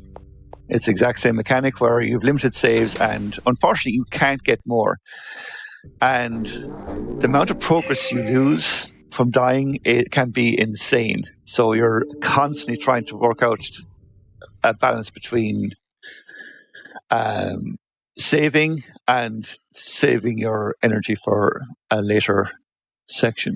Just going to go on to disc 3, the final disc. And also where stuff gets hard. Okay, so this is kind of consistent at the start, but this is the gauntlet. I have a separate category for this as a speedrun because it is 9 mazes back to back, 1 save point through all of them. We can't save in these areas, by the way. We can only save in the like full motion video searching areas. We cannot save like this. So I'm hugging the left wall here. And we go left through here. And it's fine. So we did actually get a recharge on our gun. This is F3. And we can actually combat here if we wanted to, but it's actually faster just to ignore everything, just run straight. There is some actually auto run. You can just hold down the run button on the controller and you just need to press anything else, which is nice. Okay, so this is F4. So we grab a new gun here, which thankfully has an infinite charge because we would be absolutely screwed without it. And I'm going to do a safety save here. And here on out, the game gets insanely rough. Esmond is quite generous, specifically from here on out. Because if I die, I have to come all the way back here. I'll have a few attempts, and I have some safety saves where I can kind of mitigate it a little bit. Because if you kill the big invisible enemies, they don't respawn. So you can kind of make some areas a bit safer for exploration. But this area introduces a new type of enemy. They're small slug kinds. You can hear them kind of squelching in the background there. So, might see one here. There we go. You can kill these from quite a good distance away. But unfortunately, they can kill you with 1 hit, and they love hiding at corners and not making noises. So, we have to hope we don't run into one by mistake running around a corner trying to avoid other guys. And yeah, this is the only safe corridor in the entire one. There's like one small guy here. We never ever need to worry about a big invisible enemy, and we just run straight to the elevator. What can be mean here is if you're exploring this casually, there's actually multiple elevators. Someone will bring you back up to the previous map and you won't notice anything like, oh, where am I? This one is one of the meanest areas.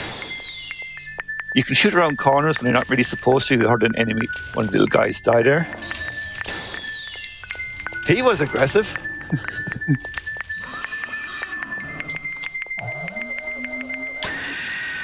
Okay. Coming in again with a quick reminder to send in your prize submissions for Games Done Queer. That's coming up next week, highlighting queer and LGBTQIA plus runners benefiting the Lambda Legal Defense and Education Fund, October 31st through November 2nd. But prize submissions are bringing this up right now because prize submissions close literally tomorrow.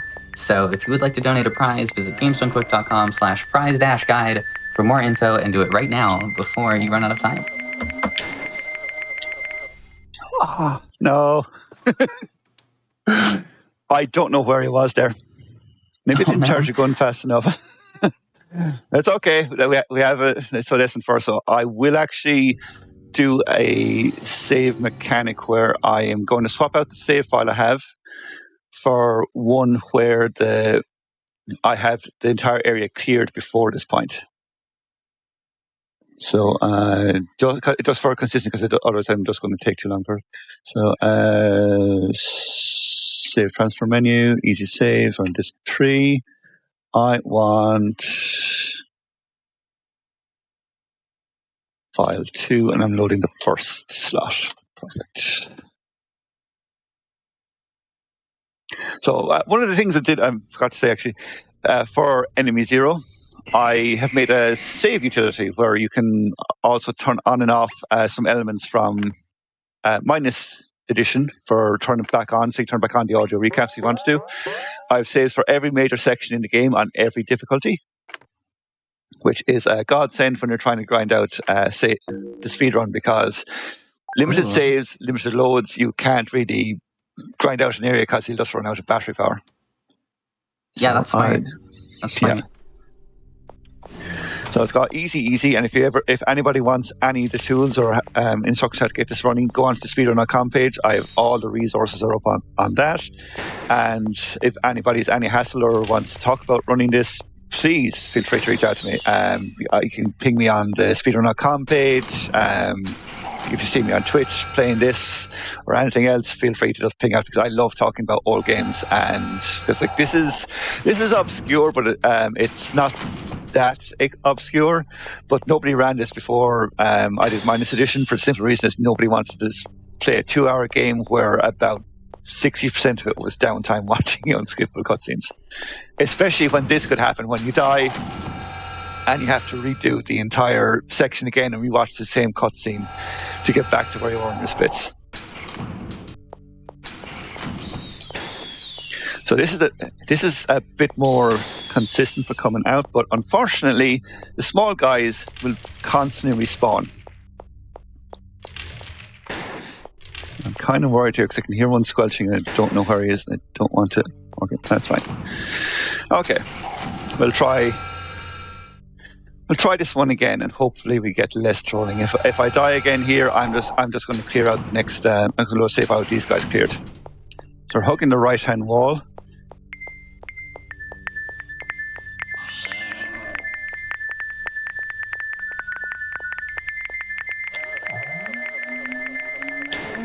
Okay, that was what was supposed to happen. I was saying to myself, I've never done this deathless at a showcase, and I was hoping like, oh man, maybe the virtue lock will kick in. Like, no, it did not. But like, this shows you how rough this game is, because you die in one hit, and it can get really confusing later on when you're playing, because there's multiple beeps going off at the same time, and you do not know where everything is coming from, and you're trying to figure out which is the actual threat you need to be focusing on, and it gets super concerning. This area is an example of that for the worst of it. So this is the warehouse.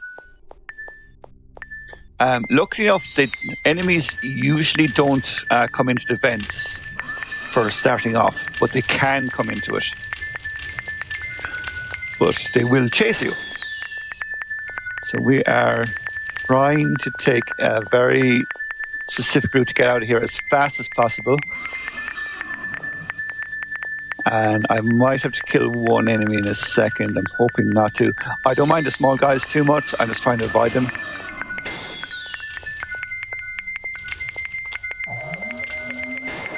No, don't die, please live, please. Okay. Oh, that... You have no idea how close I was to death. There's an enemy just to my left. If I hadn't hugged the wall, I would have just died. Okay, so here's the boss fight.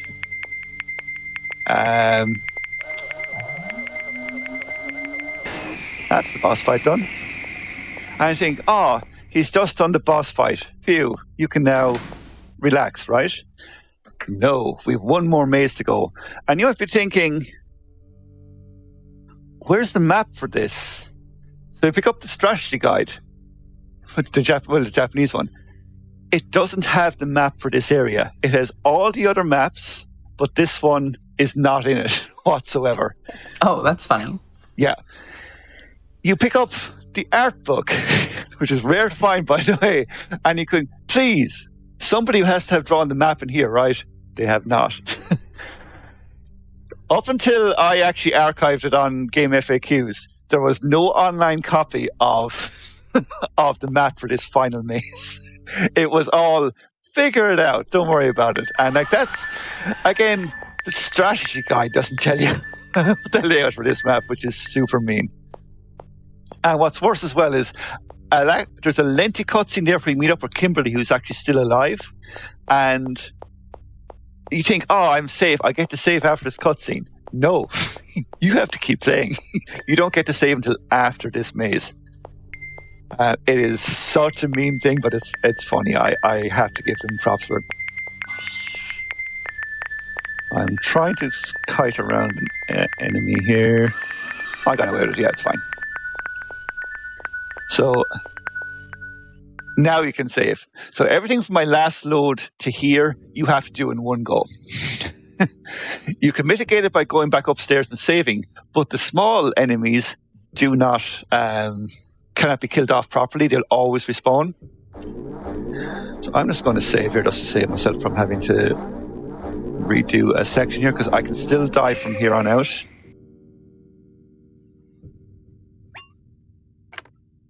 By the way, Sega, if anybody from Sega is watching this, if you I believe you owned rights to this, you can release this digitally tomorrow. Please do so. More people deserve to play this. It needs next to no work. This runs natively in Windows 10. I'm 90% sure you own the rights for it. So please get more people to play this, because it is genuinely a good horror game.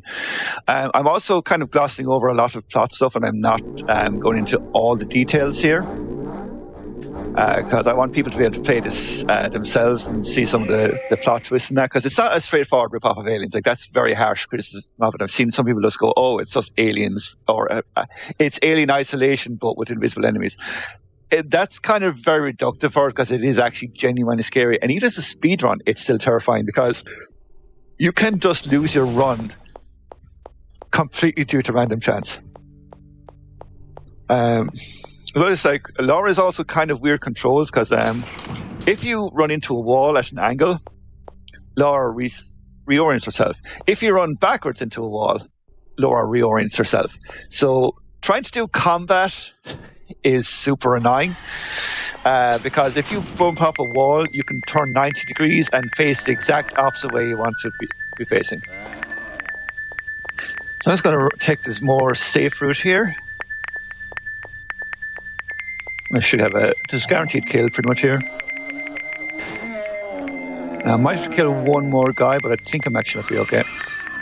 Yeah, I should be okay. And now we're just going to go to Parker's room, because Kimberly ran off to go get some stuff from Parker's room, so we're going to meet her up here. We don't get stuck in the wall. Okay, so we're kind of safe from here on out. And now we have to read through Kimberly and Parker's romance thing. It's great. It's a fantastic read. If you've been paying attention to this, I actually have been modding out a lot of the dialogue in the terminal, so fun. If you're watching this in the VOD, go back and watch and see what meshes I snuck in there. So we've Kimberly, being the sweet, good-natured person she is, upon seeing her fiance dead, activated the ship's self-destruct mechanism and left. So we have to run back to the ship as fast as we can before we get explodified. The technical term. So, unfortunately for us, we have not charged our earbuds, which give us the radar notifications for the enemies, and they're going to go off now in a cutscene that we skip. And so we're doing this entire maze with no radar. However, because we put David's disk into George's computer, he's actually going to guide us. So cutscene figures there, we lose the power, and now we're going to have David talking to us. We ignore him sometimes, though, because he'll actually just tell you to go to there, then immediately turn around. There's enemies near. You can't actually do combat in this. If it tells you enemies near, just turn around. There's also a guide which says that David gives you instructions in Japanese. Someone was playing on an emulator and didn't check the ISOs. That's the only explanation for that, because this game is in English, as you can quite clearly hear.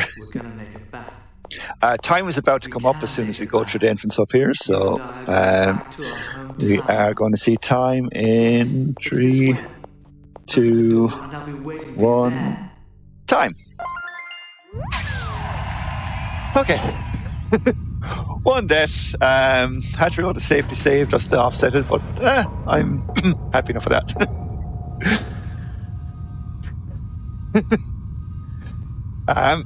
This ending cutscene is actually quite long, so I'm just going to give my outro for it because it's about like 10 minutes and it's literally just watching Laura fly a ship through a tunnel, and it's while epic music plays.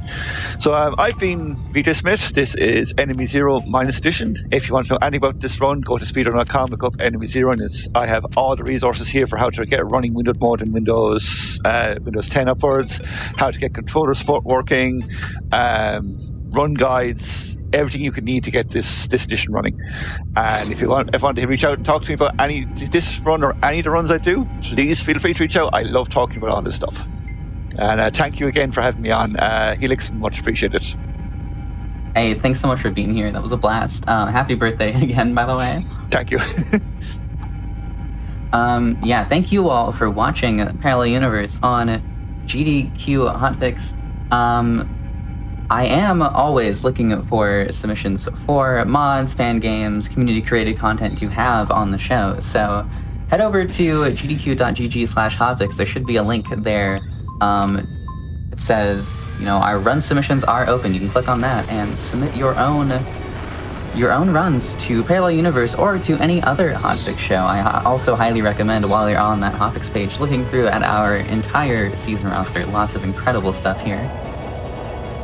If you missed any of the Deus Ex Randomizer Bingo or Enemy Zero on Parallel Universe or any of Do All the Things that was right before this, stay tuned as we will replay both shows right after I'm done yapping.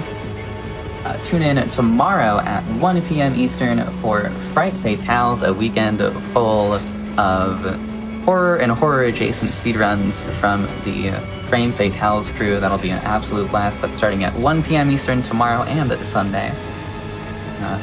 Yeah, with that, that's been it for me, for Helix, for us here on GDQ Hotfix tonight. So, again, thank you all so much for watching. Shoutouts to everyone who has been on. And I will see you in 2 weeks from now. Remember, Parallel Universe is bi-weekly, every other Friday, 10 p.m. Eastern. So I will see you then, but we will see you right back here at 1 p.m. Eastern tomorrow for Fright Fatales. Have a great night, everyone. Thanks for hanging out, and